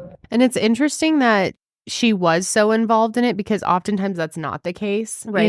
When they adapt a movie or a book into a movie, oftentimes the author isn't as involved, but Colleen seems to be pretty hands-on and made the final decisions, at least at first. I mean, who knows what was really happening behind the scenes, because people are definitely speculating that there might be issues going on with her and with the cast and just the entire team. Well, I guess this was something that I read earlier, that Justin read the book, and because he's a huge advocate for domestic violence. Mm-hmm. He was he read the book and he's like, we need to make this into a movie. And so he reached out to her, told her that he was a huge fan, and then she was like so happy to like work with him on the book Because he or has on a the movie. podcast too that gets into some of those topics, correct? Yeah, and like we'll get into it too, but his Instagram bio and stuff, and he's always like posting about it, like about, you know, resources and stuff. So I mean, especially with this movie, we'll get into like the nonprofit that they have been, like, I think it's donating to, are working hand in hand, like the movie and Oh, okay. They're doing that. That's good, at least. Okay, so with all the speculation about what could be going on with the cast, since there are these clear things, I mean, we'll explain more, but people are catching on that something doesn't feel right here. So the internet detectives have gotten to work and have been sharing their new developments from their investigation. And according to these internet detectives, there's speculation that Blake, Colleen, and the rest of the cast all have beef with Justin after seeing them at the New York City premiere on August 6th, so very recently. And Blake and Justin didn't take any photos together, despite they're the two main characters of the movie, so that's kind of unusual. Blake took many photos with the other cast members, though, so it feels a little strange. And people on social media also pointed out that Blake and Colleen no longer follow Justin on Instagram, which, as we all know, that is the true marker of a relationship. That says a lot. That says a lot. I think there's probably something there. So Blake and Justin haven't done any press together since the movie was released, which is really crazy. However, some people do think that maybe this is part of the, like, a marketing tactic. Yeah, because there is this, it's a turbulent relationship. Right. So maybe they're trying to set that up, but I don't know. That seems a little extreme to me. However, Blake and her co-star Brandon did an interview together, and the two even participated in a promo video with two of the co-stars, but not Justin. Justin has been doing press by himself, and people are saying that he is the only cast member that seems to be promoting the movie for what it truly is, a story about DV, and not glorifying it all, but trying to bring awareness to it. And I do really respect and appreciate the way that he has done his interviews from what I've seen. He's definitely really trying to drive home what this is really about, and that there's power behind, that it's not just this like lighthearted chick flick rom-com that Blake Lively seems to be advertising it as. Just like way more lighthearted, and she said like it's about domestic violence, but it's very glossed over. Yeah. Compared it seems to be like she doesn't really even want to talk about that much. Right. Which I do want to say, like, is it possible that she may have had her own experience with that in her life, and that it's uncomfortable for her to talk about it? Yeah. Not that, or two, I think something that came to mind. I think I don't think this is like necessarily a wrong way to go at it, but I've seen her in multiple interviews say like she doesn't talk about it as much because it's more so about how she wants to talk on the point of how she got out of that, like how Lily, woman is strong, like she got out of to that focus relationship. on So I guess it's just kind of how people are taking it, but it's just weird. Like in her interviews, and like some of her outfits are just so like overdone with like the floral and it doesn't seem like the interviews Justin's having. No, they seem very different. We'll have some clips. It's pretty crazy. Now, his current Instagram bio has a link to nomore.org, which is an anti-domestic violence abuse nonprofit that was a charitable partner of the movie. Other than Justin, No More hasn't really been talked about by any other people in the cast, which just is very unfortunate. It seems like there's a real opportunity there to really help people who are going to be affected by this. And in an interview with Today, Justin called the movie an extreme challenge, adding, "You're navigating complex personalities and trying to get everybody on the same page with the same vision, and mistakes are always made, and then you figure out how to move past them." Which a lot of people are saying that was directly relating to Blake, that he was talking about her. Could have been, yeah. But I mean, also you're a director, you're starring in it, you're wearing so many hats. So yeah, it sounds like it could be an extreme challenge. You know what I mean? Oh, for sure. I feel like that role just in general. Yeah. Could really be about Blake. Yeah, it kind of seems that way from everything else we're seeing. And like her demeanor is just so like aloof. Like she's so like, I don't want to say not ditzy, but like she's so like almost like oblivious to the real theme of the depth of movie. this. Yeah, you know what I Right. mean? Like it's just Yeah. like fun and games. And honestly, like she seems to be in a very healthy relationship with Ryan Reynolds. You know what I mean? As far as we can tell, as yeah. far as we can tell, like, you know, from our view from little ants out here. Yeah. But like, I don't know, maybe I feel like I feel like maybe personally, maybe I feel like he shouldn't have had such a huge role in it. Cause in that kind of way, it's like, well, your husband is still like making some decisions for you. You know what I mean? For Ryan to have been involved in the movie. Mhm. Yeah. And that's like my personal take. I'm like, it's just a little, it's like almost like, it doesn't really fall in line with what the movie really seems about. You know what I mean? Yes. If that makes sense. Yeah, I definitely see what you're Yeah. saying. He's been getting a lot of shit from all this too. Yeah. Which is, I've always really liked Ryan Reynolds. Oh, I still like. I mean, Yeah, I do too. I don't even. It's wanna not like see that I don't like Deadpool. Blake Lively either, but it's just these are just crazy. Like Yeah. what people are saying. I'm very indifferent on her. Like, don't really care. Yeah, And I don't really, definitely like- see the criticism. I think it's warranted. Yes, I do want to see Deadpool though, the Wolverine one. Oh, I know. With Hugh- I've got to see it. Yes, Hugh Jackman. Mm-hmm. Hugh Jackman. I love Deadpool. me too. Can't go to the movie theaters anymore though. I know me either. I'm like, come on, just put it on. Why? You can go. I meant because I have a baby. Oh, I just I don't have to like get to a go. babysitter. Oh. You just don't like to go to the movie theater? I No. love the movie theater. Why don't you like it? I don't know. Kind of freaks me out. Oh, it's like Janelle. Yeah. You're scared. Oh, I don't know why. I just like because of the Aurora theater. yeah. I get like, that. but That it happens totally so freaks close me to out, and home then, for like, us. And then if I start thinking about it in the movie, I'm like, oh no. Stop. Yeah, that's what Janelle won't go to the movies either after that. It's just I have gone to the movies after, but it's just sometimes I'm like, I want to really sit down and relax and like enjoy. Yeah, it's a You much know. better experience at home. I'm sure it'll be coming to Yes, streaming stream. pretty soon. That's Yeah, what I think they said like next month or something. Oh, sweet. But there have been some moments where Justin has praised both Blake and Ryan, saying you can't summarize Blake's contribution in a sentence because her energy and imprint is all over the movie and really, really made the film better. And from beginning to end, Ryan was so generous. He's a creative genius, that guy. So, his gift, his levity, and her gift is levity. So nice words to say.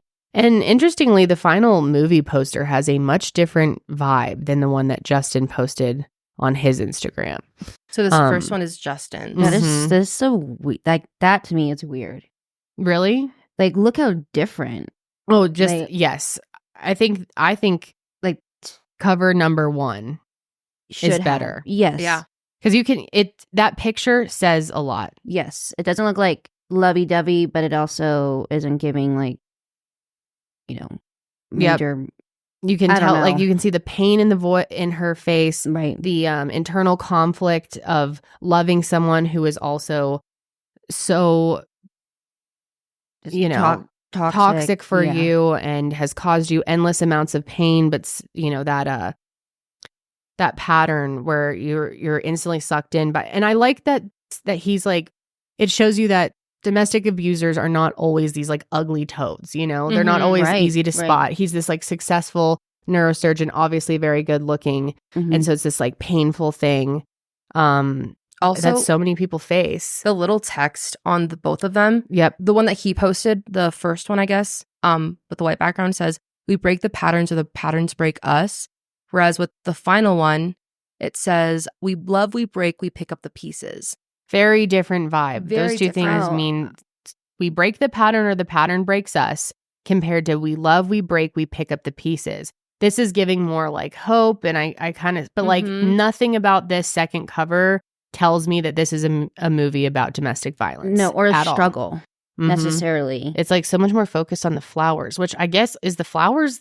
Are the flowers? Yeah, Is that big of a I feel like I'm hearing so much about flowers, and I guess she's the she like florist, but yeah, and she's Lily Blossom Bloom. I think that's like the question here is like the first one, no flowers. and also it Yeah. only has Blake Lively. Where's the rest of the cast? I wonder why know. he posted that to his Instagram. It's hard because we haven't seen this. I know. Do you want to see this?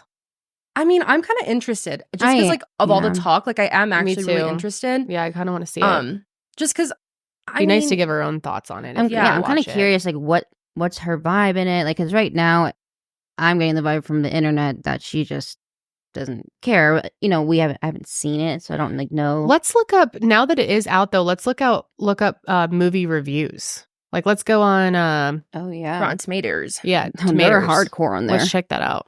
Although the narrative may seem predictable in some aspects, the film presents unique elements, such as the way the camera captures episodes of violence, reflecting people's tendency to ignore such signs. It ends with us has lofty goals and it ultimately cannot meet. At the end, and the end result is a bad film that is borderline insulting in its depiction of the very subject it seeks to explore. There are only brief moments of intensity, none of which are brave enough to do anything but hint at what's really going on. Lively does well as the conflicted star of the piece, assured at every point of her character's emotional journey. It Ends With Us is well made, but ultimately overstuffed. There is a good film buried somewhere inside this Lifetime movie facade, making it even more frustrating to have to sit through. That's true. Okay, this movie does give very much like a Lifetime rom-com. You know what I mean? Yeah. Yes, definitely. The gaze feels like it's a bit too obsessed with Blake's beauty than her ability to bring the character to life. If you don't look for relatability, you won't mind watching this one more for the glamour than the substance. It's a realistic look at domestic violence that answers the question, why doesn't she just leave? I actually think that he posted, it's easy to ask, especially as a man, why do women stay? But the real question we need to ask is, why do men harm? This is not an easy story to tell, yet it was so profoundly important. I learned so much. We were so grateful for all the support and partnerships with my friends and the charitable partner of this film. That's what Justin posted. You know, I really feel that I can't give my honest opinion or thoughts on the book. One, because I haven't read it and I haven't seen the movie, but I can't really like give my thoughts on a topic like this because I have never personally experienced domestic violence in my own life. I have witnessed it secondhand, so I understand it to some degree, but I've never personally experienced it myself. And I think it would be wrong of me to claim if this is right or wrong at the end of the day, or if the book is right or wrong. That's why I really want to hear from our audience who maybe has had that experience and how you guys are feeling.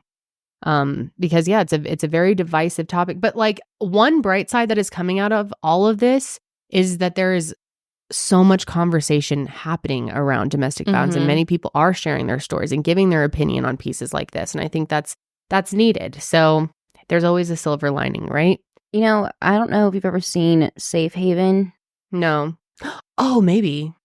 Nicholas Sparks movie. Yes. Oh, yes. So, yep, I do remember. From what I'm like reading, I'm trying to remember because I've seen this movie probably a few times, but there is domestic violence. I remember really liking that one. Is that the house set on fire? Yes, I think. It's been at least like 10 years since I've seen that. It came out in 2013. Yeah. But yeah, I mean, I think that there is some scenes there, which, I mean, there's other movies that have this in there, and I think it's a fine line to walk. Even like, we were talking, me and Cindy, you were talking about like The Notebook, for example. Like that, I mean, you know, that definitely has like some themes of domestic violence, you know what I mean? Like definitely like emotional, more so. Well, kind of.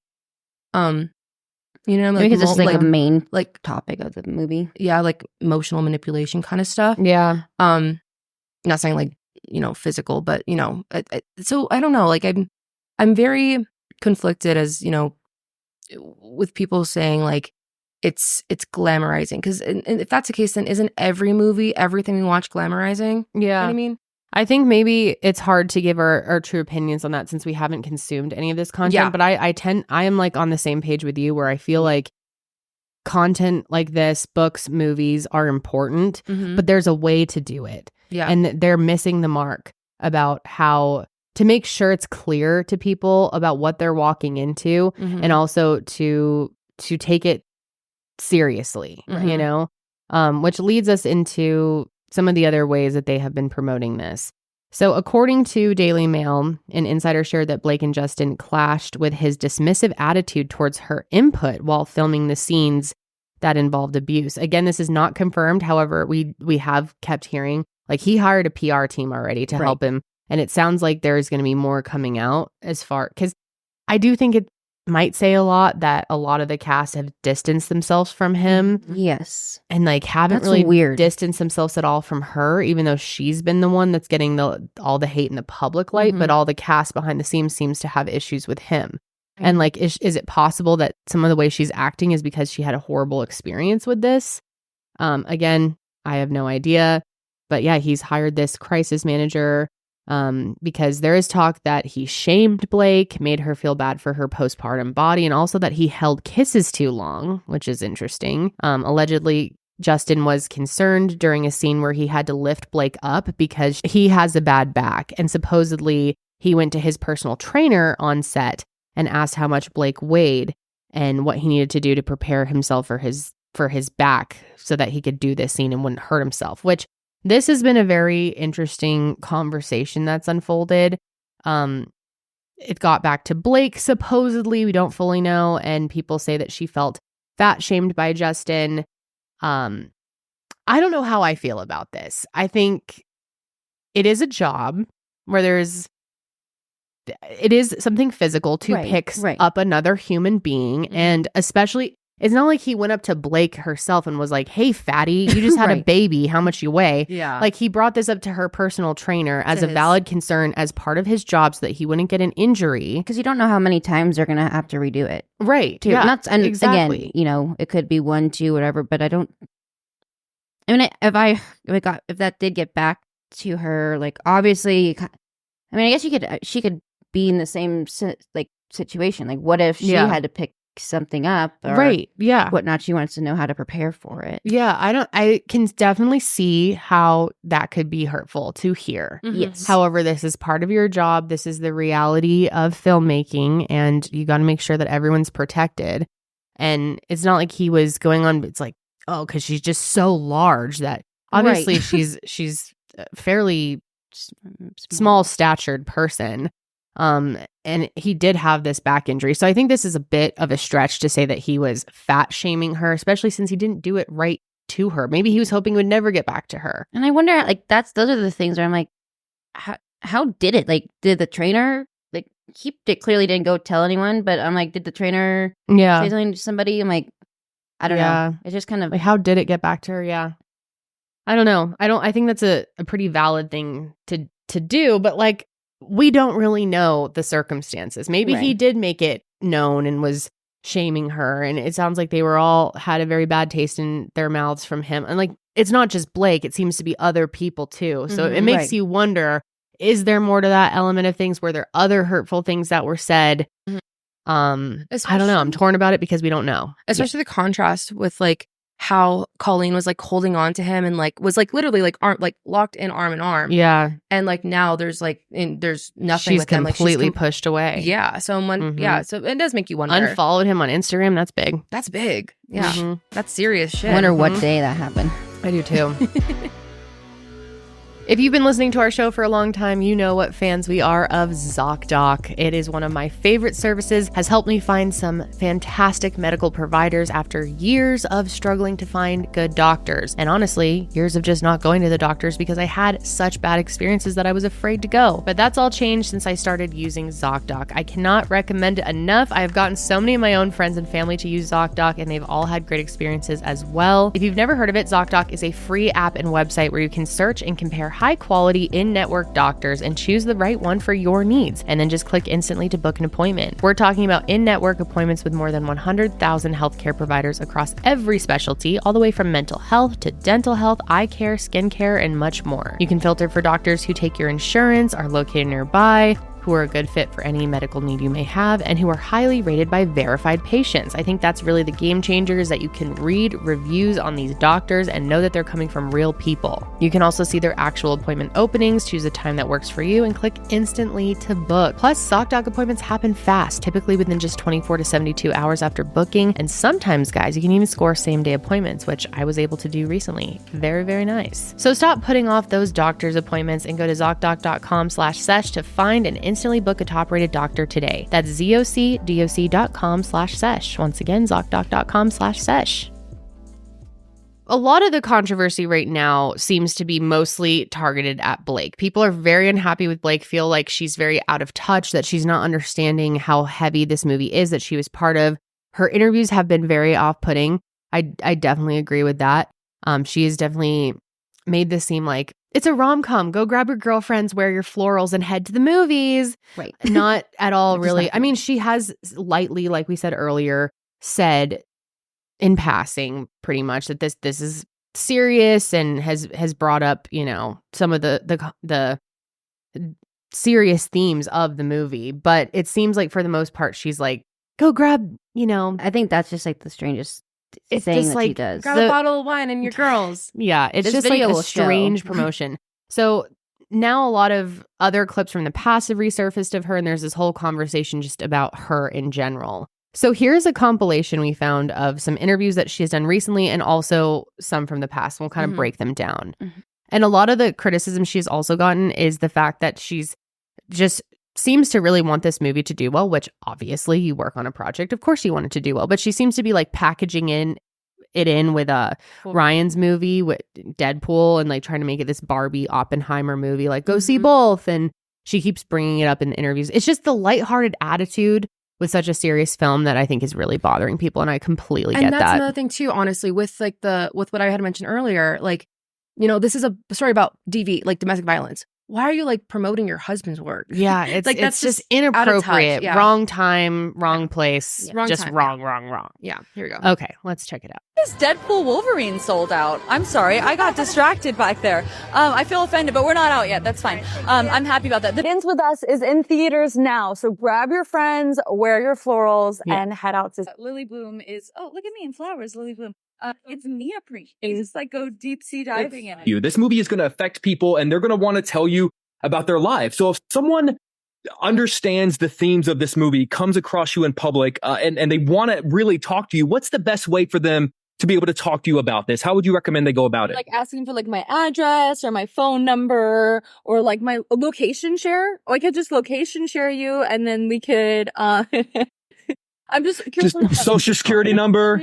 I'm a Virgo, so Yeah. I'm like, are we talking logistics? Are we talking emotionally? Who's that other guy that she was with? That's other star. Yeah, her like other love interest in the movie or something. Okay, so that's not Justin. No. Yeah, he looks like, what the fuck are you saying? Okay, I do want to say this clip, as much criticism as it deserves. That was a really fucking weird answer. Inappropriate. But I do want to say, in my opinion, and some people may disagree with me, I think that was also a really strange question to ask. I agree. Like, bad question, bad answer to the bad question. Yeah. I don't understand why. So he's basically saying, if people come up to, if people like see you out in public and want to have this conversation with you, yeah, how are they going to go about doing that? But like, realistically, she's not a therapist. No. She's not an expert in domestic violence. And maybe it's triggering. Who knows what her past is? Maybe she doesn't want to have these conversations. And as a public figure, it can be scary to have people just coming up to you. And I get her response being in a defensive way. I think she could have handled that so much better, deflected it, put it into a different direction, say, you know, there's a lot of resources, or here's one thing I'd like to say to people who are going to be emotionally, you know, affected by this movie. I just think that was a strange thing to ask. And I think we are expecting too much from actors and actresses. And I'm not, you know, making excuses for her, taking her off the line. You did accept a very serious role, and you should have been handling these questions in a much more, this is very tone deaf. I completely agree. But I think there's a problem with society that we expect so much from actors and actresses because people are like, they're rich, they're out of touch. Yeah, they're fucking millionaires. Why are we expecting this from them when there are so many good people to listen to in this space? So many public speakers and authors who can offer you real help when it comes to domestic violence, or seek out your own therapist if this movie has affected you. I think it's inappropriate to say, how can people come talk to you? Yeah, it's like, well, also how realistic is it? I'm going to see Blake Lively down at the Walmart. You know what I mean? Like, that's not going to happen either. Right. So it's just.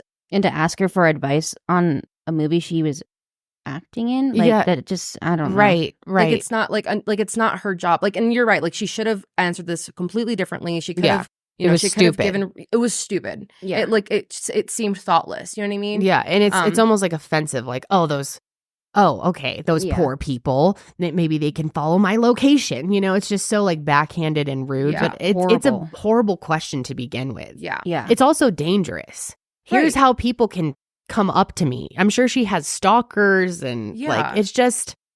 I thought it was so strange. But I do get the backlash. The response was weird. She could have answered this in a million of other better ways. It just made it look really like made her look even worse. Yeah, definitely. Just being so lighthearted and trying to make a joke and then being like, I'm a Virgo. And it's just girl. It's wrong place, wrong time. Yeah. Completely. Sure. Yeah. And let's check out this next clip. So this one is older, 2016.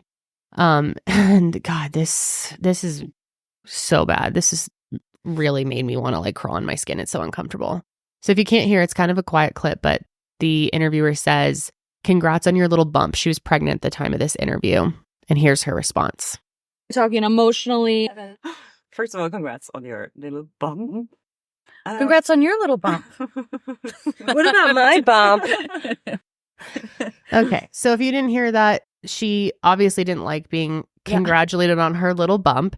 And yes, I think there's a conversation to be had. Is it appropriate to point out when people are pregnant? Maybe you don't like, everyone has the right to not want someone to acknowledge your little bump, but then to have such attitude and then say, how about your little bump when this interviewer is not pregnant? No. And this lady, so I believe Blake was 8 months pregnant at this point. So obviously you can't see that in this clip, and that this woman, she shared that she's like infertile or like the interviewer has like fertility. That's so fucked up. Oh shit, that's bad. That makes it so much worse. God, that is really, really strange way to answer that. Like, I just thought that was, and it's like maybe you felt uncomfortable by that. Is it the right moment to then humiliate her on camera? And you could have easily just been like, hey, can we cut this? That made me feel uncomfortable. I don't want to talk about my body or my pregnancy or whatever it is. But you really had to like make a backhand comment about her and her body. Yeah. That's just it's giving Mean Girl. It's giving Mean Girl, yeah. Let's continue. And I don't know who this friend is. Parker Poppy? Parker Posse? They were in the movie was Cafe Society. I never heard of it, to be honest. Or was it Screw's Pillar? Who knows? Haven't heard of either. I don't know. Anyway. But yeah, she's like, how about my little bump? And like brings up her ass. And then what's weird is like, as you'll see, this interview continues and the two of them just start having a conversation and completely ignore the interviewer. They like aren't even making eye contact with her. It's very bizarre. Rude. Here. You've got two nice ones. And they are kind of bumps, aren't they? Talk about the clothes, but I wonder if they would ask the men about the clothes. He has some Suits and beautiful. That's what I'm saying. His wardrobe was beautiful. I know. Corey's wardrobe was gorgeous. Those high-waisted pants. He's so great. I wish men wore high-waisted pants like that still. Me too. Is it Sitting there? So there's more of that interview too if you want to look it up. Yeah, you can watch it. It goes on so and on. cringe. It's very uncomfortable. I'm not the type of actor who can act without producing, you know, like you can't just put me in any clothes and give me any words and have me step in and transform. And oh shit, that scared the fuck out of me. Being the entire point of acting.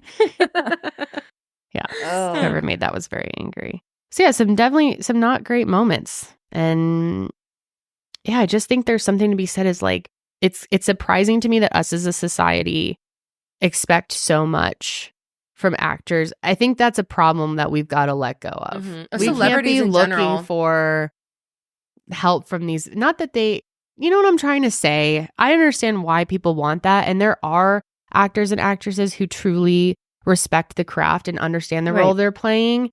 But like, that's not going to be all of them. Yeah. And for that disappointment to fall on us, and I've seen so many people, I'm so disappointed. Oh my God, I'm so disappointed in her. And like that. Really? What were you expecting? This is Blake Lively. Yeah. You know, she rolls around with Taylor Swift. Yeah. You really think she's going to be like giving us all the answers and curing society of our pain? I get people's criticisms. Right. Absolutely deserved. She's been acting like an idiot promoting this movie. And it's really a shame when it could have actually maybe it really could have been a movie that helped a lot of people.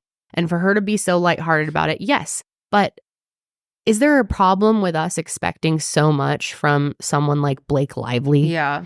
I'm kind of shocked that she was casted for this, just because I haven't seen her in like any big dramas. Yeah. Or like intense, you know?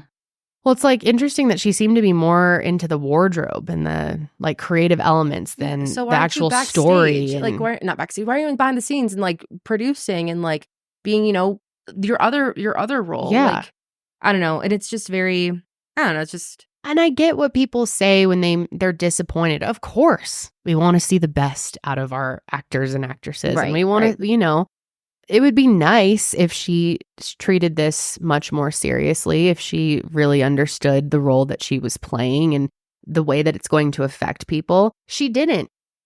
No. Yeah. And that sucks. That's like, maybe don't support her as an actress anymore if you don't like that, you know? Right. Like, she's and I gonna keep get on people's, acting. I'm not trying to dismiss people. Like, I absolutely see the problem. I just think there's a greater issue here with us looking to people like Blake to be, there are so many better people to look for and to listen to. I mean, I was just looking at a list of speakers in domestic violence, people who have survived and have gone on to dedicate their careers and have amazing things to say. And there's so many wonderful resources out there. Maybe we can link some of them below. I don't have them on my tablet right now, but it's just like, she's an A-list actress, B-list actress. I don't know. You know, I just think the expectation we're is setting a little ourselves bit, up for disappointment if we expect this from people like her. Right. Does that make sense? Mm-hmm. I agree. And this next part it just doesn't really help. Yeah. Why don't you lead us into that?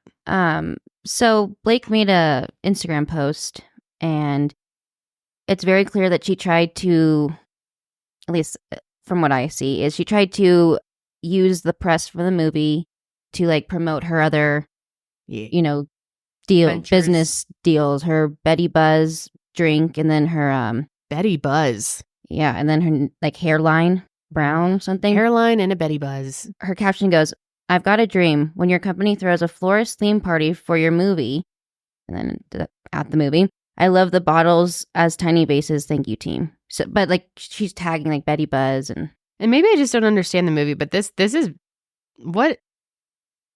Like, what's with the flowers? Isn't that like not the point? I guess she's a florist, but it seems like a very minimal part of it. I don't know. It's so I bright guess I haven't and like seen it. Well, she's like basically my company threw a florist theme party, so like my bottle company, drink company. Yeah, yep. And it's like what we see all the time is constantly trying to promote the businesses over everything else. Which, like, yeah, do you get your bread? You put in the work into your company, but it's like, is this the time or place? Right. It's not should there be any ends with us promotion of anything else? Well, especially when it comes to alcohol. Yeah. Like, good point, Karelly. Like, seriously.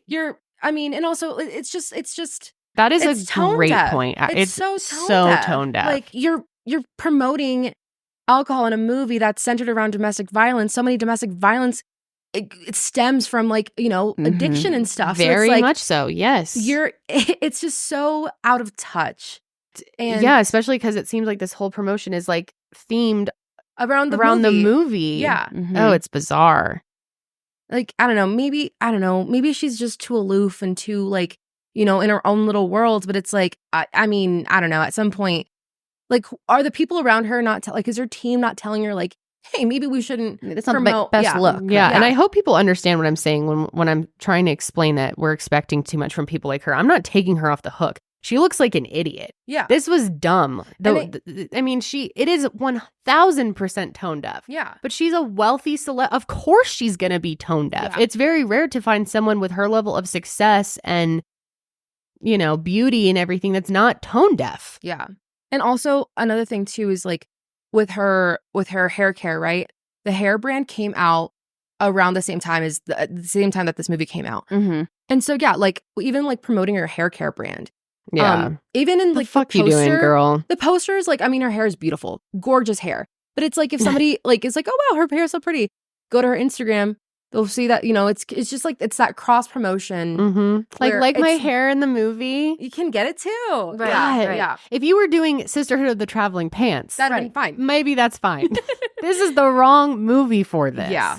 It just, I do get people's disappointment. It would have been great if she handled this so much differently. Yeah. If she really understood what character she was playing and the role that it represents for so many women and men also in these abusive relationships who've experienced this, and for her to then use it as a tool to sell her hair care is beyond tone deaf. Yeah. It's just like, I guess what I'm trying to say is, does it surprise me? No, it doesn't.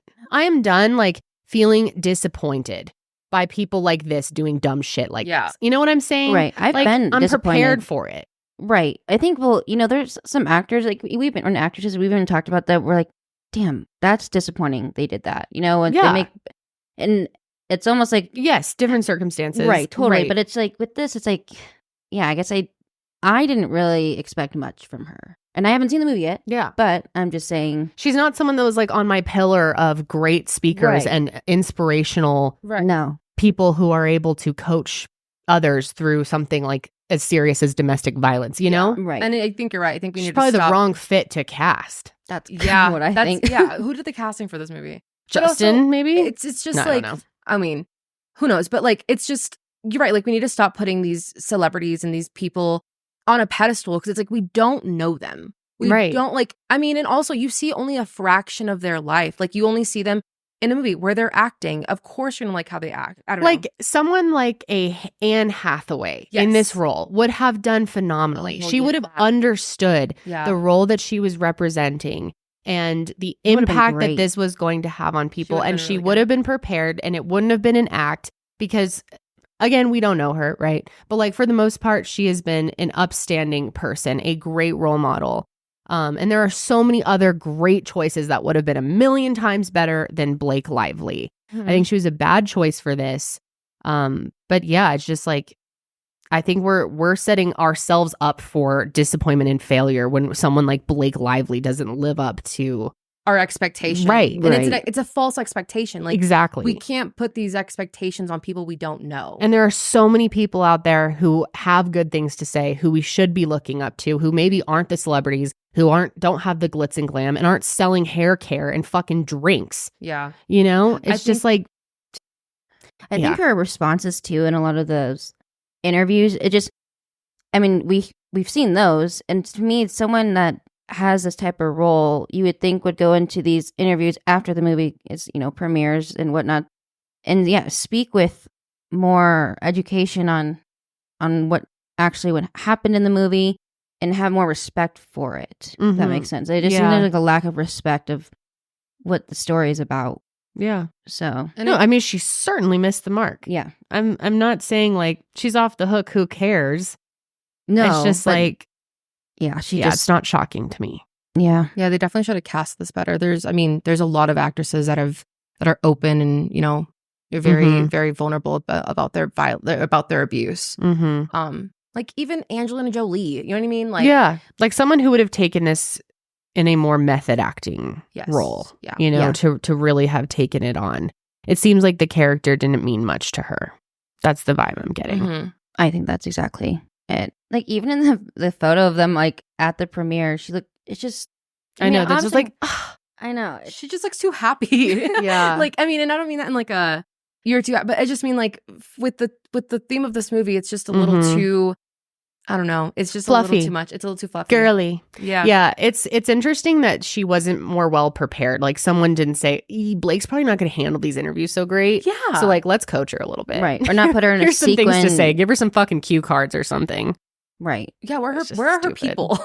No people to be had. I'm my people. Yeah. It's just Ryan and her. Yeah. It's strange. Ryan is extremely successful, and I don't know. Mm-hmm. I don't think it's weird, the timing of these movies. Mm-hmm. Because I guess this movie was supposed to come out in February originally, and then it got pushed to June. But then they had problems with films or whatever, whatever happened. Seems like they had a lot of turmoil issues, on the set. Yeah. Yeah. But who really knows? I think we probably will find out more. Maybe. Yeah. Oh, I'm sure. Yeah. Well, I mean, unless Justin's PR crisis manager Shuts it down. Yeah. It's interesting, too. On August 6th, in an interview with E! News, Blake revealed that Ryan Reynolds secretly wrote part of the script as well. She said, that iconic rooftop scene, my husband actually wrote it. Nobody knows that, but you now, as into the interviewer. Wait, but I thought Justin he knew that, that Ryan helped out on the movie. I don't know. I'm all I don't think confused so. about that. Oh, maybe that was 'cause after the came out. fact. That was Oh, after the fact. okay. Yeah. Yeah, because I think there's like beef between the two of them. Although they did a weird interview too. Do we have that clip? Ryan Reynolds, I mean, we don't have to pull it. It's not even worth watching. But he does this like weird interview where he starts interviewing Justin and saying like It's the other guy. he's like, It's not Justin, but it's kind of like a pair. It's like a yes, sorry, I didn't mean Justin. The other actor With that's the butt, right? Where he shows his butt. He's like, oh, and it's then kind of like a what's this? parody thing. And he's like, yeah, I'm interviewing you because you were, right. you know, my wife's love interest in the movie.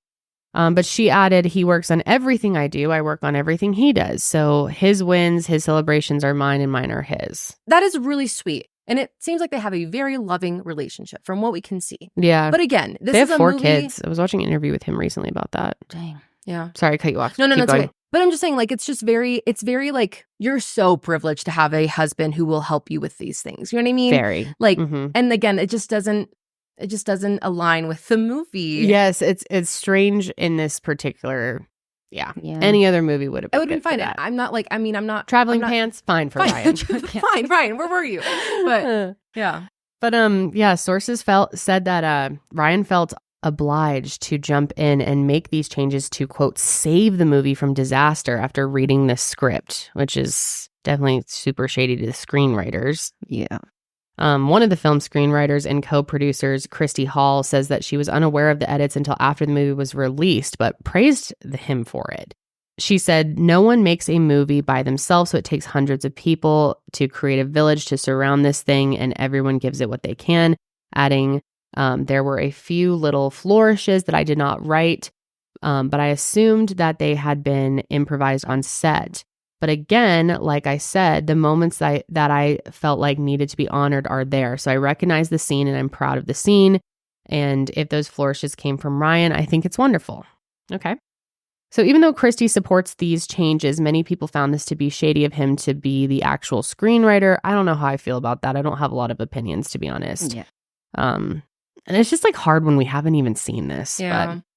But what's interesting though, and I do get the criticism here, is the writer's strike was still happening around this time, and many people have criticized Ryan for making changes to the script because of that, which I do understand that criticism for sure. Sources also say that there were many creative differences between Blake and Justin, which seems pretty obvious. One source told The Hollywood Reporter that Blake allegedly commissioned a cut of the movie from Shane Reed, the co-editor of Deadpool and Wolverine, but he's not listed as an editor, so it's unclear how much of that cut actually made it into the final movie. So that's kind of not totally sure on that. And apparently Ryan doesn't think he owes Justin an apology for involving himself into his wife's movie. An insider told the Daily Mail, Ryan didn't want this to fail for anyone, especially his wife. It was nothing against Justin, but Justin took it personally and is not Ryan's fault.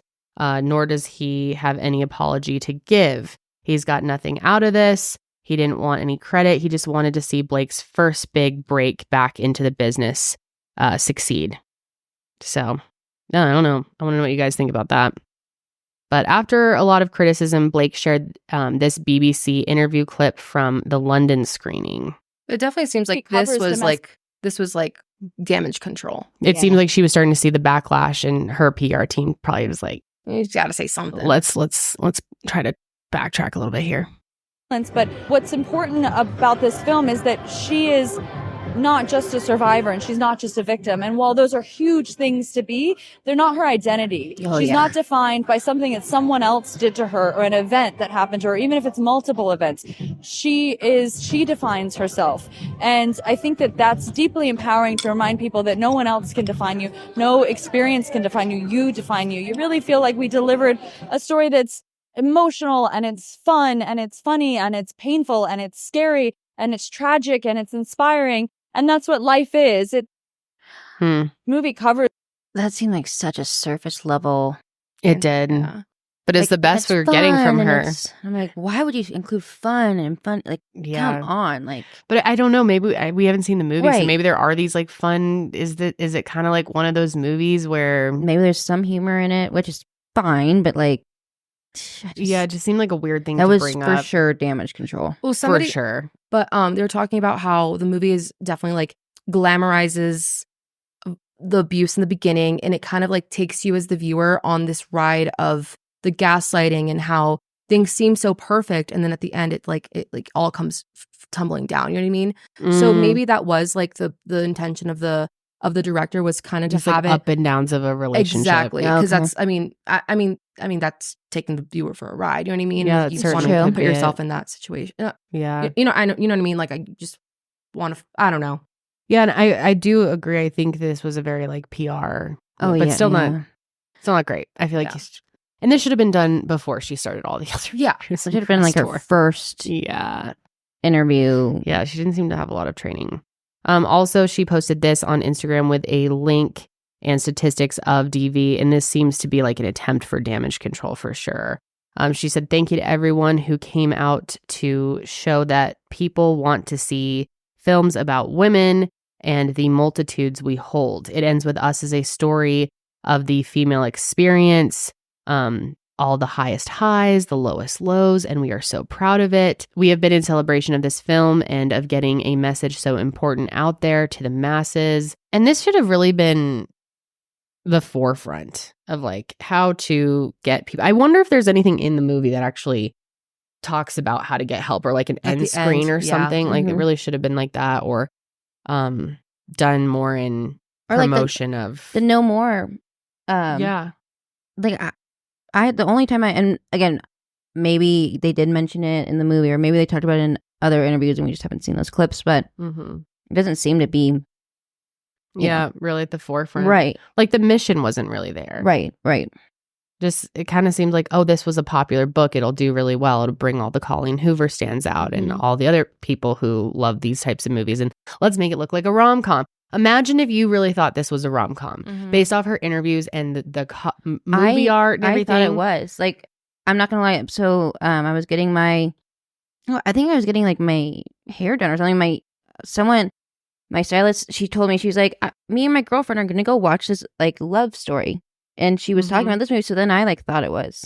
I'm Yeah. like curious to ask her what she thinks now, because yeah, I'm curious. I mean, the too. trailer though, I did watch the trailer, and it does look like there's some, it shows like some of the violence.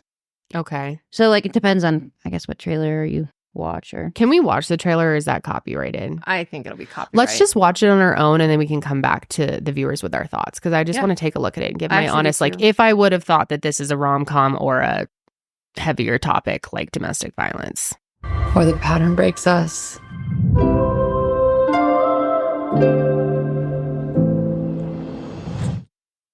Okay, so I don't know if we can play that. I'm guessing we're probably gonna have to cut it out. Yeah. But it's copyrighted, especially with the Taylor's. Taylor song. But yeah, we just watched it. I actually thought that was really well done. Me too. And I would understand completely what that was about. That actually made me want to cry. I know, me too. I know, I kind of feel like I'm feeling very I anxious had right not now. seen that one. So it's very much about how hard it is to be in love with. Oh my God. Sorry, I'm getting emotional. I want to watch this. It's just like bringing up my own shit from my childhood. But like, domestic abusers are not always. How do I even say this? Like there are oftentimes they're people with very great qualities as Yeah. well, but they have this other side to them that like an addicting personality, kind of, in Yeah. a weird way, where it's like you want to forgive them because of the good side. yeah, and then they like, realize the that they do something courage to bad. leave in the yeah. Yeah. Oh, that was heavy. I kind of want to see it now. Mhm. I do too. I mean, I think it, from what we read the reviews, it's a good movie. I just think that that's what's going on now. The promotion is just whack. It After doesn't line watching up at all. what do you think of Blake Lively's interviews? Bizarre. Yeah. That doesn't line up at all. The interviews don't go with the trailer at all. No. You would think that she's like literally like, you would think that she's like promoting that movie with her husband, the little cartoon one, like If or something like that. Yeah. You know what I mean? Like it Yes. seems like it's I don't want to say it's like a cartoon or anything, but like it seems so lighthearted. Like Doesn't even seem That like she's was- really proud of what. And she seemed like, from the trailer, from the way they make her seem, she seemed like she did decent. She looks like a great actress. She's Yeah. a great actress. But she looks like a completely different It's hard to tell from person. a trial or Right. a trailer because you're getting glimpses, but Right. it seemed like good acting to me. yeah. That just kind of, that makes I me. just like the flower shop. That's all I see. And like, it's a very pretty, but like, even that was kind of like a darker, it wasn't like bright in there. Yeah. But like, she's wearing these outfits that looks like she's from the Barbie movie. And I wonder how they're going to handle, because I know there's a lot of criticism with Colleen's book around the fact that Ryle, in the end, she like leaves the baby with Ryle. I don't know if it was just for a day or like he's like, her idea is that he won't ever actually hurt his daughter. He'll hurt her, but wouldn't do that to her daughter. I don't know. That's what a lot of people were like disappointed in the book, that she leaves the baby with him in the end. Ugh, yeah, I don't like that. See, I have no idea how it ends, but yeah. I kind of want to see it. Well, they're Interesting. making a sequel. A sequel to the movie? Yeah, it's going to be called It Starts With Us. Because there's another book called It Starts With Us, right? yeah. I believe so. Yes, there is. Yeah. Because that's what I was saying. And is that more focused on the baby and like the That I have no idea. I didn't know. But Justin was asked if he's going to be directing it and starring in it like he was, like he did with this one. And he said that there are better people for that and that he thinks that Blake is ready to direct. Interesting. So I don't know. I mean, honestly, as if I was him, honestly, like I would also be highly offended with the way that she did this press. I'm not going to lie. Yeah. Because he tried to make this, from what we can tell, there hasn't been a for sure sequel, but people want there to be because there's a book after. Okay. But yeah, there's a second book. So but like he was asked in an interview. He was asked by Entertainment something. Right. Like if he would, if there was a sequel, would you be okay? Okay, sorry. I said there's going to. Yeah, if that's there okay. was. Sorry. No, that made sense. Interesting. I think there are better people for that. So you could take that one of two ways. Maybe he felt like he did a bad job with it, or clearly the cast was offended by some of his actions. He hired that PR crisis management. Maybe he made some bad moves in this, or maybe he had a bad experience with them and didn't feel like they took it seriously, and he didn't like the way it turned out, didn't like the fact that Ryan Reynolds got involved. And it was his like polite way of being like, hopefully they do it, but I'm out. Yeah. Interesting. I don't know. I think it's I mean, again, I think with the severity of this and given his background and his his experience with DV, and I don't know it all, but he seems very outspoken about it. Yeah. Again, I think I would be offended if like my co-star was, making jokes and, like being all happy and, promoting her own things. Like, she should be promoting, like the nonprofit, or she should be promoting, resources instead of alcohol. I'm sorry. Or just talking about the themes of the movie in a more serious way. Yeah. And like having a little more substance to what she's saying beyond just like women are powerful. Right. And great. In it's life, just like it can be- it's very surface. So it's interesting to me. That's why it was interesting to hear Taylor Swift in the trailer. Is that cut that she commissioned from that director was also the director in Blake's. In one of Taylor Swift's songs for a music video. Oh, interesting. That Blake helped direct as well. Yeah. Thought it was interesting though.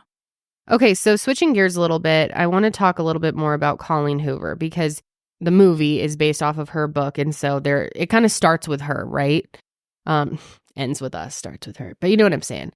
I kind of wanted to understand why people had so much criticism against her, and there have been a few tone-deaf moments for her as well. I can't speak too much about the book itself and maybe some of the excerpts and poor writing. I don't know. I know like most people seem to love it and and are huge fans, but there was a time where she actually came up with a nail polish line inspired by this book specifically. Like it had shades like Brave Blush and Lily Blooms and Atlas, which I think is another character, maybe the baby. That's the love interest. That's right. Okay, I keep forgetting about that. So it's and then she also had a coloring book, which was totally bizarre. Based off this book, yeah. Based off the book. And she was all excited that I'm finally going to get to do this coloring book. I'm a huge coloring book fan. A coloring book based on this book? Right. Okay, what is happening there? Yeah, it's very insensitive, out of touch way to sell merch. And she actually received so much backlash for it that her and her publisher decided not to go through with making this coloring book. And Colleen actually posted on Instagram saying this coloring book was developed with Lily's strength in mind, but I can absolutely see how this was tone deaf. Of course it is. Coloring book with someone's strength in mind. Yep. Okay. I hear you guys and I agree with you. No excuses, no finger pointing. I have contacted the publisher and let them know I would prefer we didn't move forward with it. Thank you for the respectful discourse and accountability. Nothing but love. So it sounds like she handled that pretty well. That's a good response, I think. Yeah. Her publisher, Atria Books, also issued a statement and posted on Twitter saying Atria Books will not move forward with the publication of the official It Ends With Us coloring book. Wise. Atria Books. Good call there. But yeah, Colleen's loyal followers and fans definitely describe her stories as raw, powerful, and heart-wrenching depictions of women, while other people say that she romanticizes domestic violence and abuse. And so, I don't know. I don't think I can really give my strong opinion on either of that since I have not consumed any of these books. I agree. And I mean, I think the merch is wild. That's just wrong. But again, maybe the books are good and whatnot, and she just got a little, I don't know. Yeah. But I don't know. She has a lot of fans. And yeah.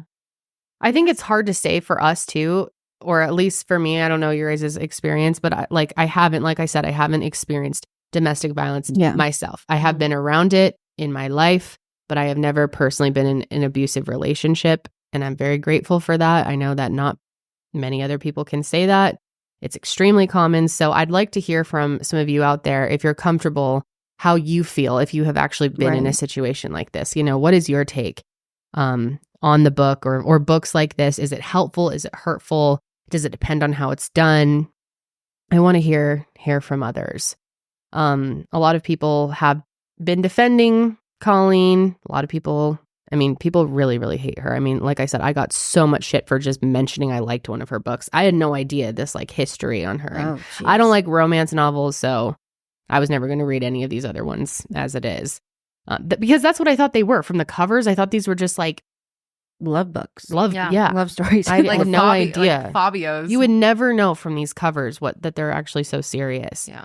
Also, I do want to quickly mention I do have to get home and get back. My nanny has to go, who is my sister right now, is helping me, and she needs to go home. So I have 5 minutes to continue going through this. But Colleen does address some allegations made against her son as well, which is something I keep seeing people brought up, and I wanted to understand what's going on. So here's what we gathered. Colleen's son, Levi, came into the public eye in 2022 after sexual harassment allegations surfaced against him on social media. Colleen addressed the allegations in a private Facebook group to clear the air. In an initial tweet on February 12th, 2022, which has since been deleted, a Twitter user with the handle Theonato Lovebot. Theonato Lovebot? I don't know. Theonato Lovebot? I don't know. But they contributed to a thread against Colleen Hoover, writing, "Her son also sexually harassed me, and she blocked me when I spoke up about it." Adding, "Long story short, we were..." I always say shirt. Long story short. But long story short, we were friends on Snapchat and shit. And every day we would message there because we were friends. Right. And this was when I was 16, and he was fully aware of how old I was because I always talked about the fact that I was still in school at the time of the harassment, the alleged harassment. Levi was an adult, 21 years old, and the accuser claims to have been 16, which is very real bad. So she was a minor, he was an adult, asking for photos is what ended up happening. And 4 months after the initial accusations circulated, some users on social media called for a boycott of Colleen's book, especially because there have been additional allegations that her books glorify abuse, of course. Then in November of 2022, Colleen posted a statement addressing the allegations in a private Facebook group called Colleen Hoover Cohorts. Cohorts. Is that what people call her? Cohorts? I think that's just I have heard people call her Coho. like J-Lo, but Coho books. I don't know. It's like a short thing. She said, things being about my son aren't accurate. People commenting that I blocked a girl for informing me that my son sexually assaulted her when she was 16. This absolutely did not happen. And this is not even initially what was said by this person. My son and a girl were online friends for several months. They never met in person. He said something to her in a message that made her uncomfortable. He asked her to send him a pic, so she messaged me about it. I did not read the message, but she thought I did, and it understandably upset her that I didn't respond. Then she posted this on Twitter that my son asked her for a pic. As soon as I found out about this months ago, I reached out to her.